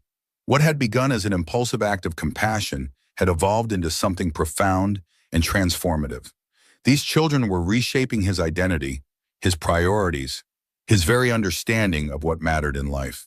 The next morning, Alexander received an unexpected call from Philip Wagner. "We need to talk," Philip said without preamble. "In person. It's about the company." They arranged to meet at a quiet restaurant near the financial district, neutral territory away from both the office and Alexander's home. Philip arrived precisely on time, immaculately dressed as always, but with new lines of strain around his eyes. "Thank you for meeting me," Philip said as they settled at a corner table. "I know things have been tense between us." Alexander nodded, waiting for Philip to continue. "The board has concerns about the direction of the company during your absence," Philip said, getting straight to the point. "Specifically the modifications you have insisted on for the riverfront project. The affordable housing component, it's non-negotiable." Philip's jaw tightened. "That decision has financial implications for all stakeholders. The profit margins will still be substantial," Alexander interrupted, "just not obscene." "This is exactly what concerns the board," Philip said. "Your priorities have shifted dramatically. The Alexander Hart, who built this company, would never sacrifice profit for social considerations." Perhaps that Alexander Hart was missing something important. Philip studied him for a long moment. "This is about those children, isn't it? They've changed you." It wasn't an accusation so much as an observation, and Alexander didn't deny it. "They've helped me remember parts of myself I'd forgotten, or deliberately buried." Philip leaned forward. "Alexander, I've known you for 12 years. You're the most driven, focused person I've ever met. You built Hart Developments from nothing through sheer determination and business acumen. Are you really willing to jeopardize all that?" "I'm not jeopardizing anything," Alexander replied evenly. "I'm evolving. The company can evolve too." "The board doesn't share your vision. There's talk of more than a temporary leave of absence. They're discussing permanent leadership changes." Alexander felt the impact of these words, but surprisingly the sting was less sharp than he'd expected. "Are you telling me the board wants to force me out?" "I'm telling you that you need to decide what matters most to you," Philip said. "The company you built, or this new family you're creating." The word family hung between them. charged with meaning. It was the same questions Charlotte had posed, framed differently, but probing the same fundamental choice. Before Alexander could respond, his phone buzzed with an urgent message from the nanny. Noah has fever of getting worse. Coming to hospital now. Alexander stood immediately. I have to go. Family emergency. Philip's expression tightened at the word family, but he nodded. We'll continue this discussion later. Alexander rushed to the hospital, his heart pounding with fear. Noah had been healthy lately, thriving under proper care and nutrition. A sudden high fever could indicate something serious. He found the nanny in the pediatric emergency waiting room, holding a flushed, listless Noah. Lily sat beside them, her face tight with worry, clutching her gray bunny. What happened? Alexander asked, taking Noah gently from the nanny's arms. He was fine this morning, she explained. Then after his nap, he woke up burning with fever. It came on so suddenly. Noah whimpered, his small body radiating heat. Alexander held him close, murmuring reassurances while they waited to be seen. Lily watched every movement, her anxiety palpable. Is he going to die? She whispered, giving voice to her deepest fear. No, sweetheart, Alexander assured her. The doctors will help him. He's going to be fine. When they were finally called in, the pediatrician examined Noah thoroughly, ordering blood tests and a chest x-ray. The diagnosis came back as pneumonia, serious but treatable. He'll need to be admitted overnight for IV antibiotics and monitoring, the doctor explained. Children this young can deteriorate quickly with pneumonia, but we've caught it relatively early. As nurses prepared Noah for admission, Alexander noticed Lily standing rigidly by the examination table, her knuckles white around her bunny's ear. Lily, are you okay? He asked gently.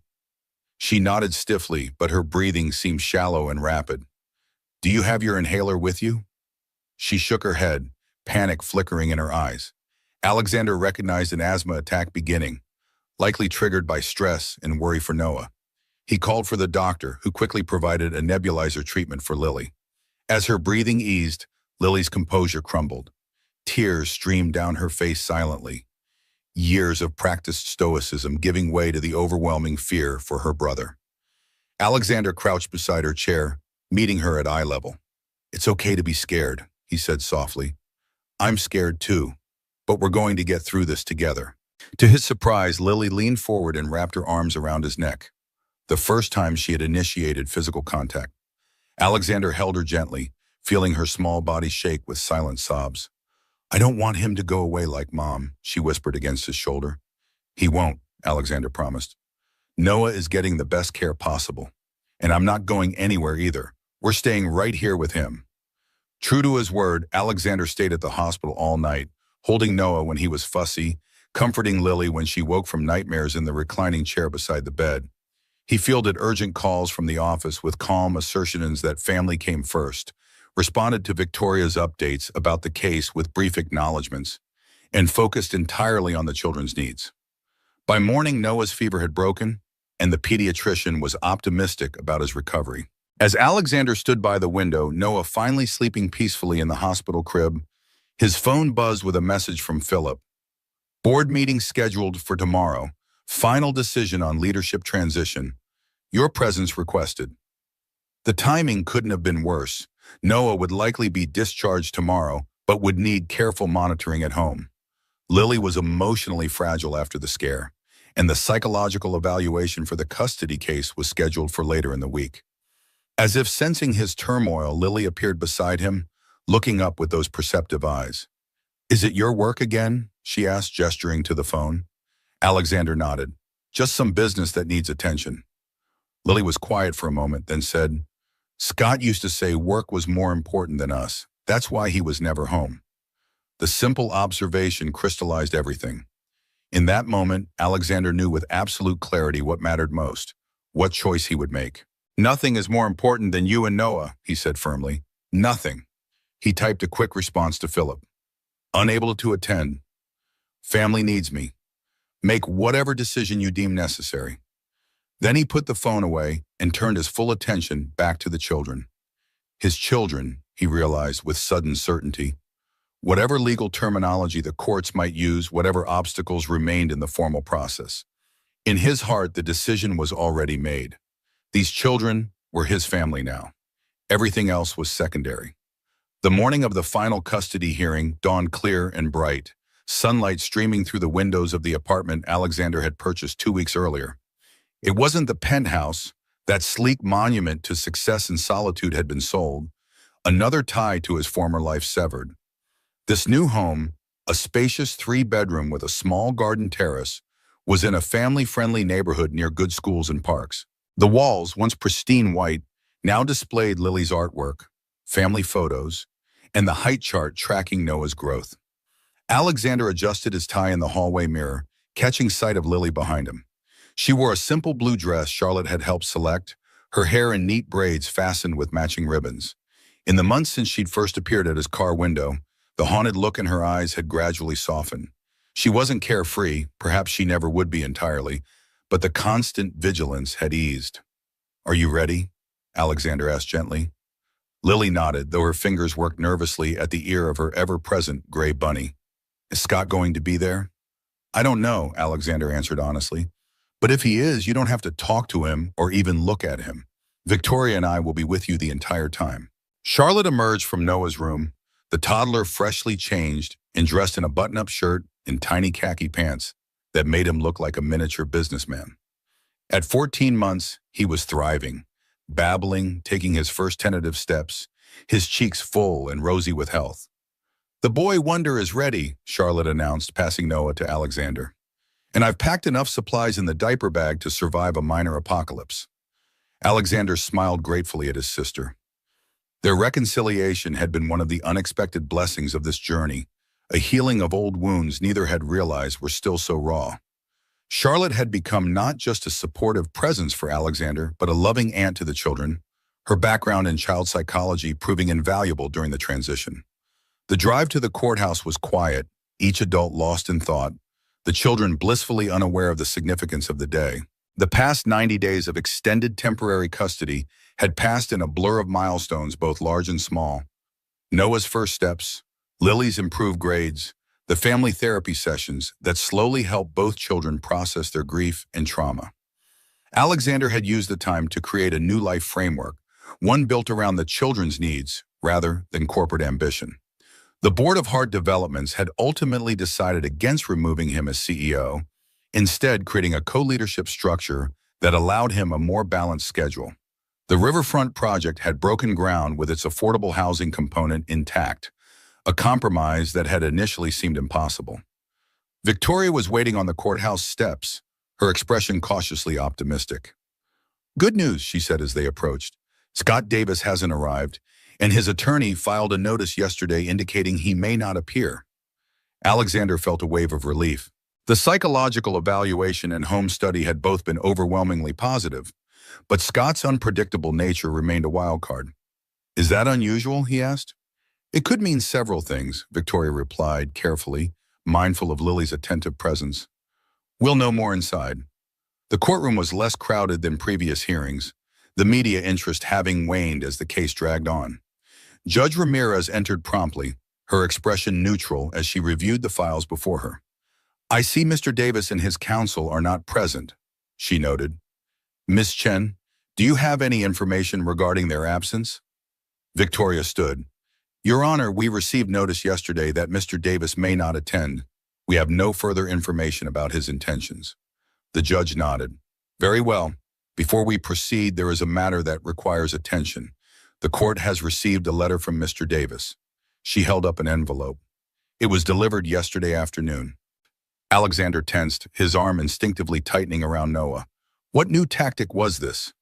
"In this letter," Judge Ramirez continued, "Mr. Davis states that he is withdrawing his petition for custody of Lily and Noah Davis. He further states that he is relocating permanently to New Hampshire and relinquishes any claim to the children." A murmur ran through the courtroom. Alexander exchanged a stunned glance with Victoria, who looked equally surprised. "While this simplifies today's proceedings somewhat," the judge said, "it does not automatically resolve the matter of permanent custody. I still need to determine whether Mr. Hart's petition for permanent guardianship serves the best interests of the children." The hearing proceeded with methodical thoroughness.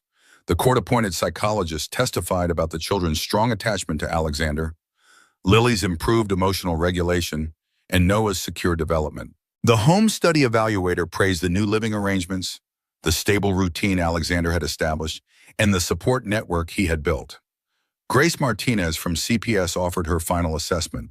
In my 15 years of child welfare work, I've rarely seen such a complete transformation in a temporary guardian.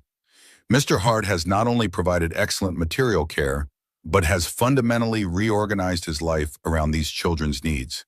The bond between them is genuine and nurturing. Throughout the testimony, Alexander held Noah on his lap, the toddler contentedly playing with a soft toy. Lily sat beside him, attentive and solemn, occasionally leaning against his arm when something particularly emotional was discussed. Finally, Judge Ramirez addressed Alexander directly.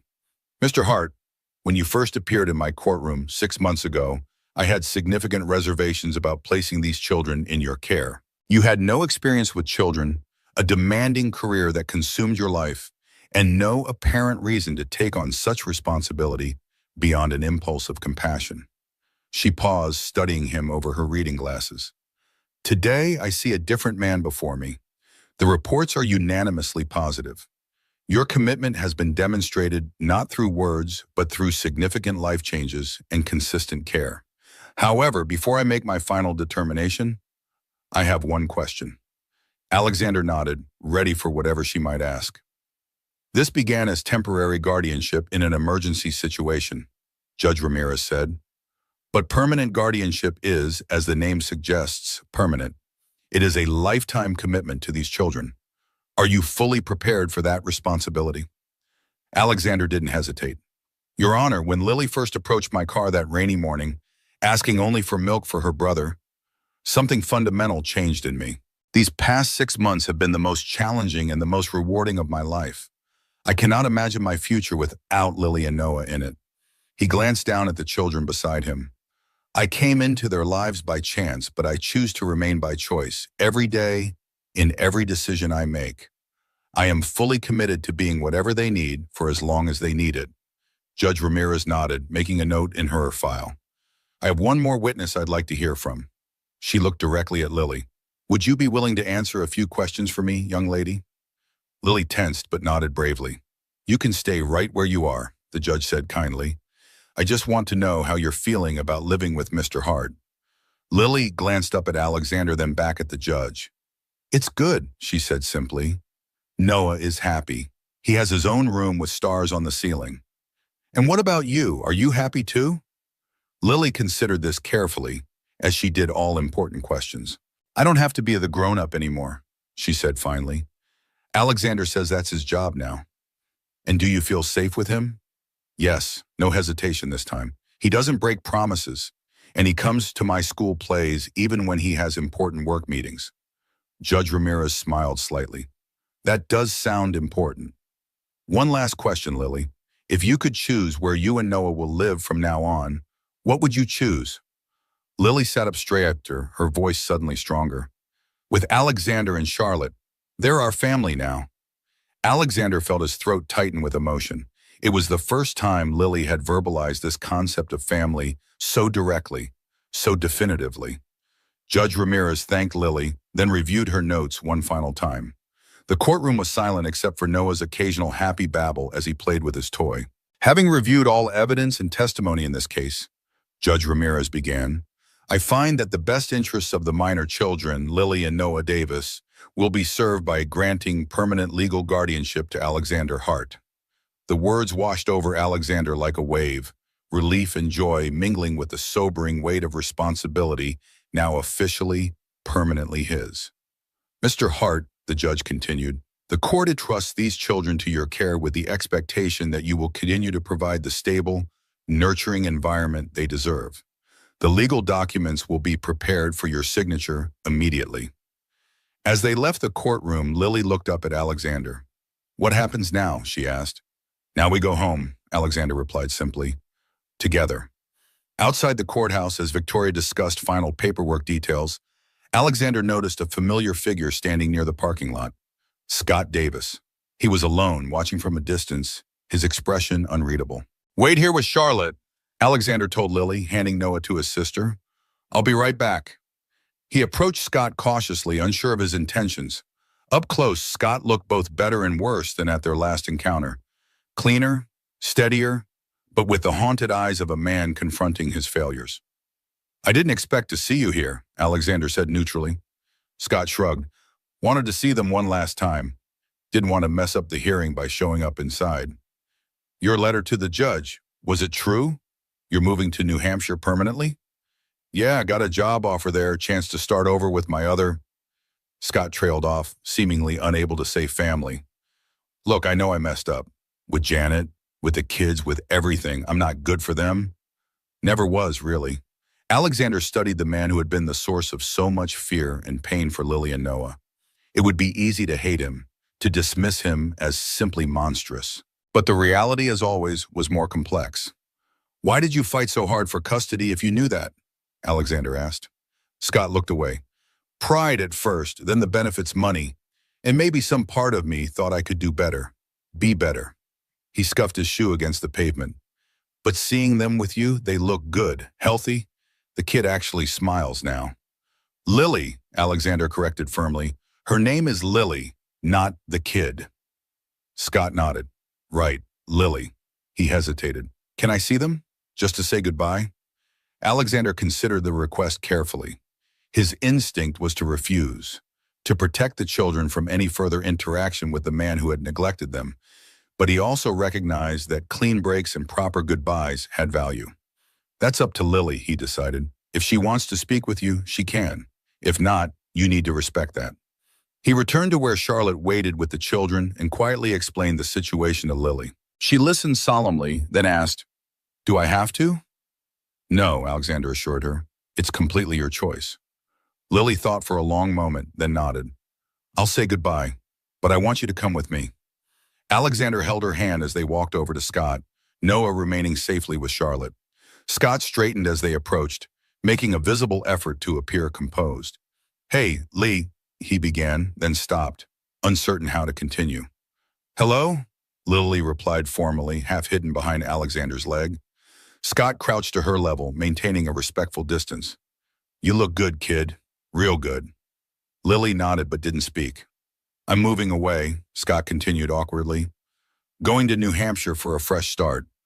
I wanted to say I'm sorry for a lot of things. Lily studied him with those perceptive eyes that had seen too much for her years. Is Noah's blanket still at the apartment? The one Mom made him? Scott looked startled by the question. I think so. In the closet, maybe. Can we have it? It's important.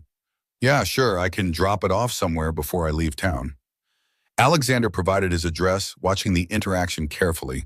There was no warmth in Lily's manner, no forgiveness offered or sought, just the practical matter of retrieving something precious that connected the children to their mother. Take care of yourself, Lily, Scott said finally, standing up. You too, He stopped, correcting himself. Mr. Hart, take good care of them. I will, Alexander replied simply.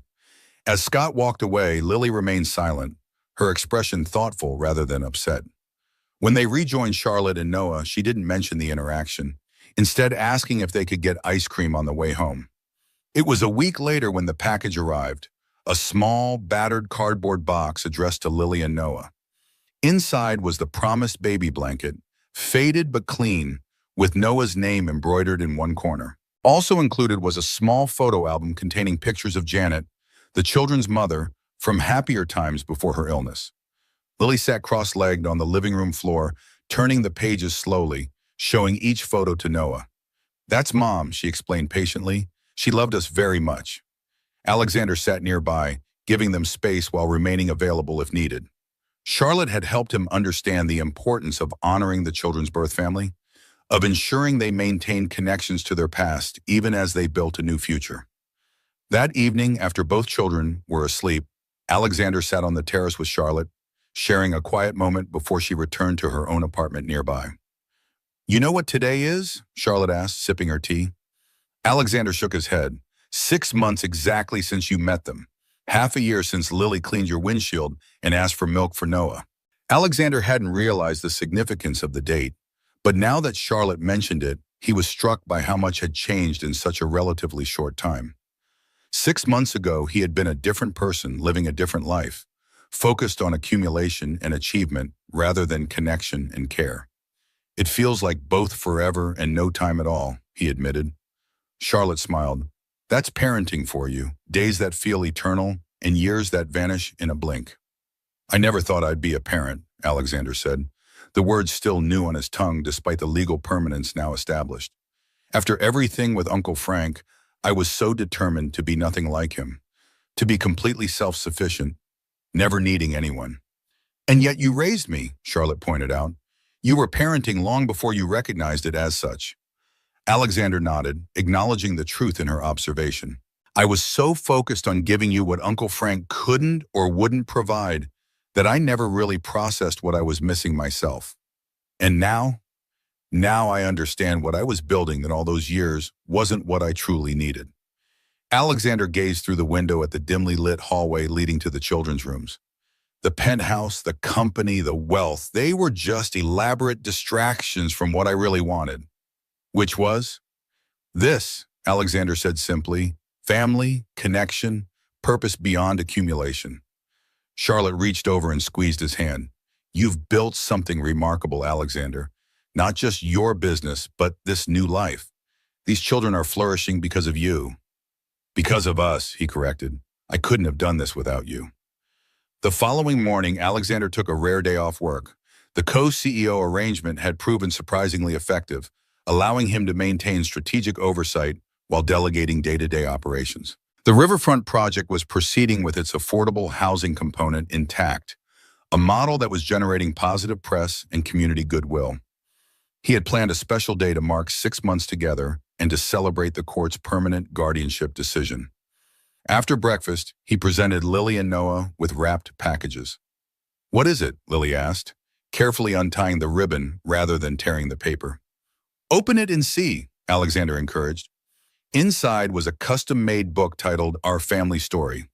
The first page showed a beautifully illustrated scene of a rainy Boston street, a little girl cleaning a car windshield, a baby on her back. The accompanying text read, Once upon a time, a little girl named Lily asked for milk for her brother Noah and changed Alexander's life forever. Lily's eyes widened as she turned the pages, seeing their story unfold in child-appropriate illustrations and simple text.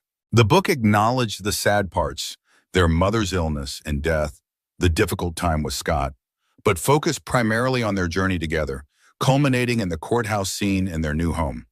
The final illustration showed the four of them, Alexander, Charlotte, Lily, and Noah, standing together in front of their apartment building. The text read, and so they became a family, not because they had to, but because they chose each other. Lily traced the illustration with her finger. This is us, she said softly. Yes, Alexander confirmed. Our family story. Noah's gift was a smaller version of the same book in a durable board book format, simplified for his understanding. He immediately began turning the pages, pointing at the illustrations with excited babbles. Later that day, they visited the Children's Museum, had lunch at Lily's favorite restaurant, a casual diner with the best grilled cheese ever, and spent the afternoon in the park. As Alexander pushed Noah on the baby swing, Lily sat beside him on the regular swing, pumping her legs with newfound confidence. Alexander? She asked, her voice thoughtful. When people ask about my dad, what should I say? The question caught him off guard. They had discussed their family structure in therapy sessions, but Lily had never directly addressed this particular aspect before. What would you like to say? He asked carefully. Lily considered this as she swung gently back and forth. Some kids at school have stepdads. Is that what you are? I could be, Alexander replied. Or I could just be Alexander. Whatever feels right to you. She pumped her legs harder, rising higher. What if I wanted to call you Dad? Would that be okay? Alexander's heart swelled with emotion. That would be more than okay, Lily. It would be an honor, but only if and when you're ready. She nodded seriously, processing this information as she swung. I'm not ready yet, she decided, but maybe someday. Whenever you're ready, Alexander assured her, there's no rush. That evening, after bath time and stories, as Alexander tucked Lily into bed, She hugged her gray bunny close and asked, "Can we make another book someday? About what happens next in our family story?" Alexander smiled, smoothing her hair back from her forehead. "Absolutely. We'll add to our story every day and make as many books as you want." "With happy endings?" Lily asked, a trace of her old uncertainty surfacing. "Real stories don't really end," Alexander told her gently. "They just keep going, with happy parts and sad parts and everything in between. But I promise to do everything I can to make sure the happy parts far outweigh the sad ones." Lily seemed satisfied with this answer. As Alexander turned to leave, her small voice stopped him at the door. "I'm glad I cleaned your car that day," she said sleepily, "even though my hands were cold." "So am I, Lily," Alexander replied, his voice thick with emotion. "More than you'll ever know." 2 months later, Alexander stood at the podium of a community center in South Boston, facing an audience of business leaders, city officials, and neighborhood residents. The occasion was the groundbreaking ceremony for a new project, not luxury condominiums or high-end retail space, but an affordable housing development with an integrated childcare center and job training facility. "Heart Communities represents a new direction for our company," Alexander explained. "We believe that responsible development means creating spaces that serve the entire community, not just those who can afford premium prices." From the front row, Lily watched attentively, holding Charlotte's hand. Noah sat on Charlotte's lap, more interested in his snack cup than his guardian's speech. They made an unconventional family portrait: the successful businessman, the child psychologist, and the two children who had once had nothing but each other. As Alexander concluded his remarks and the ceremonial shovels were distributed for the groundbreaking photo opportunity, he caught Lily's eye and winked. She smiled back, a real smile that reached her eyes, the kind that had been rare 6 months ago but was becoming wonderfully common. Later, as they walked through the construction site, Lily pointed to the architectural renderings displayed on large boards. "Is that where the playground will be?" She asked. "Yes, right there," Alexander confirmed. "And the childcare center will be in that building." Lily studied the plans thoughtfully.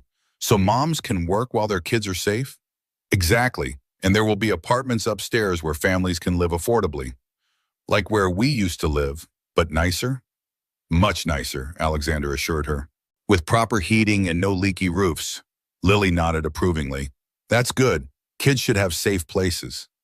As they walked back to the car, Lily's hand securely in his, Noah toddling alongside them holding Charlotte's hand, Alexander reflected on the extraordinary journey that had brought them to this moment. From a chance encounter in the rain to a permanently intertwined future. From a solitary existence focused on wealth accumulation to a life rich with meaning and connection.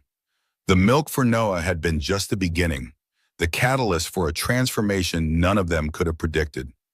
What had started as a simple act of kindness had evolved into something profound and lasting.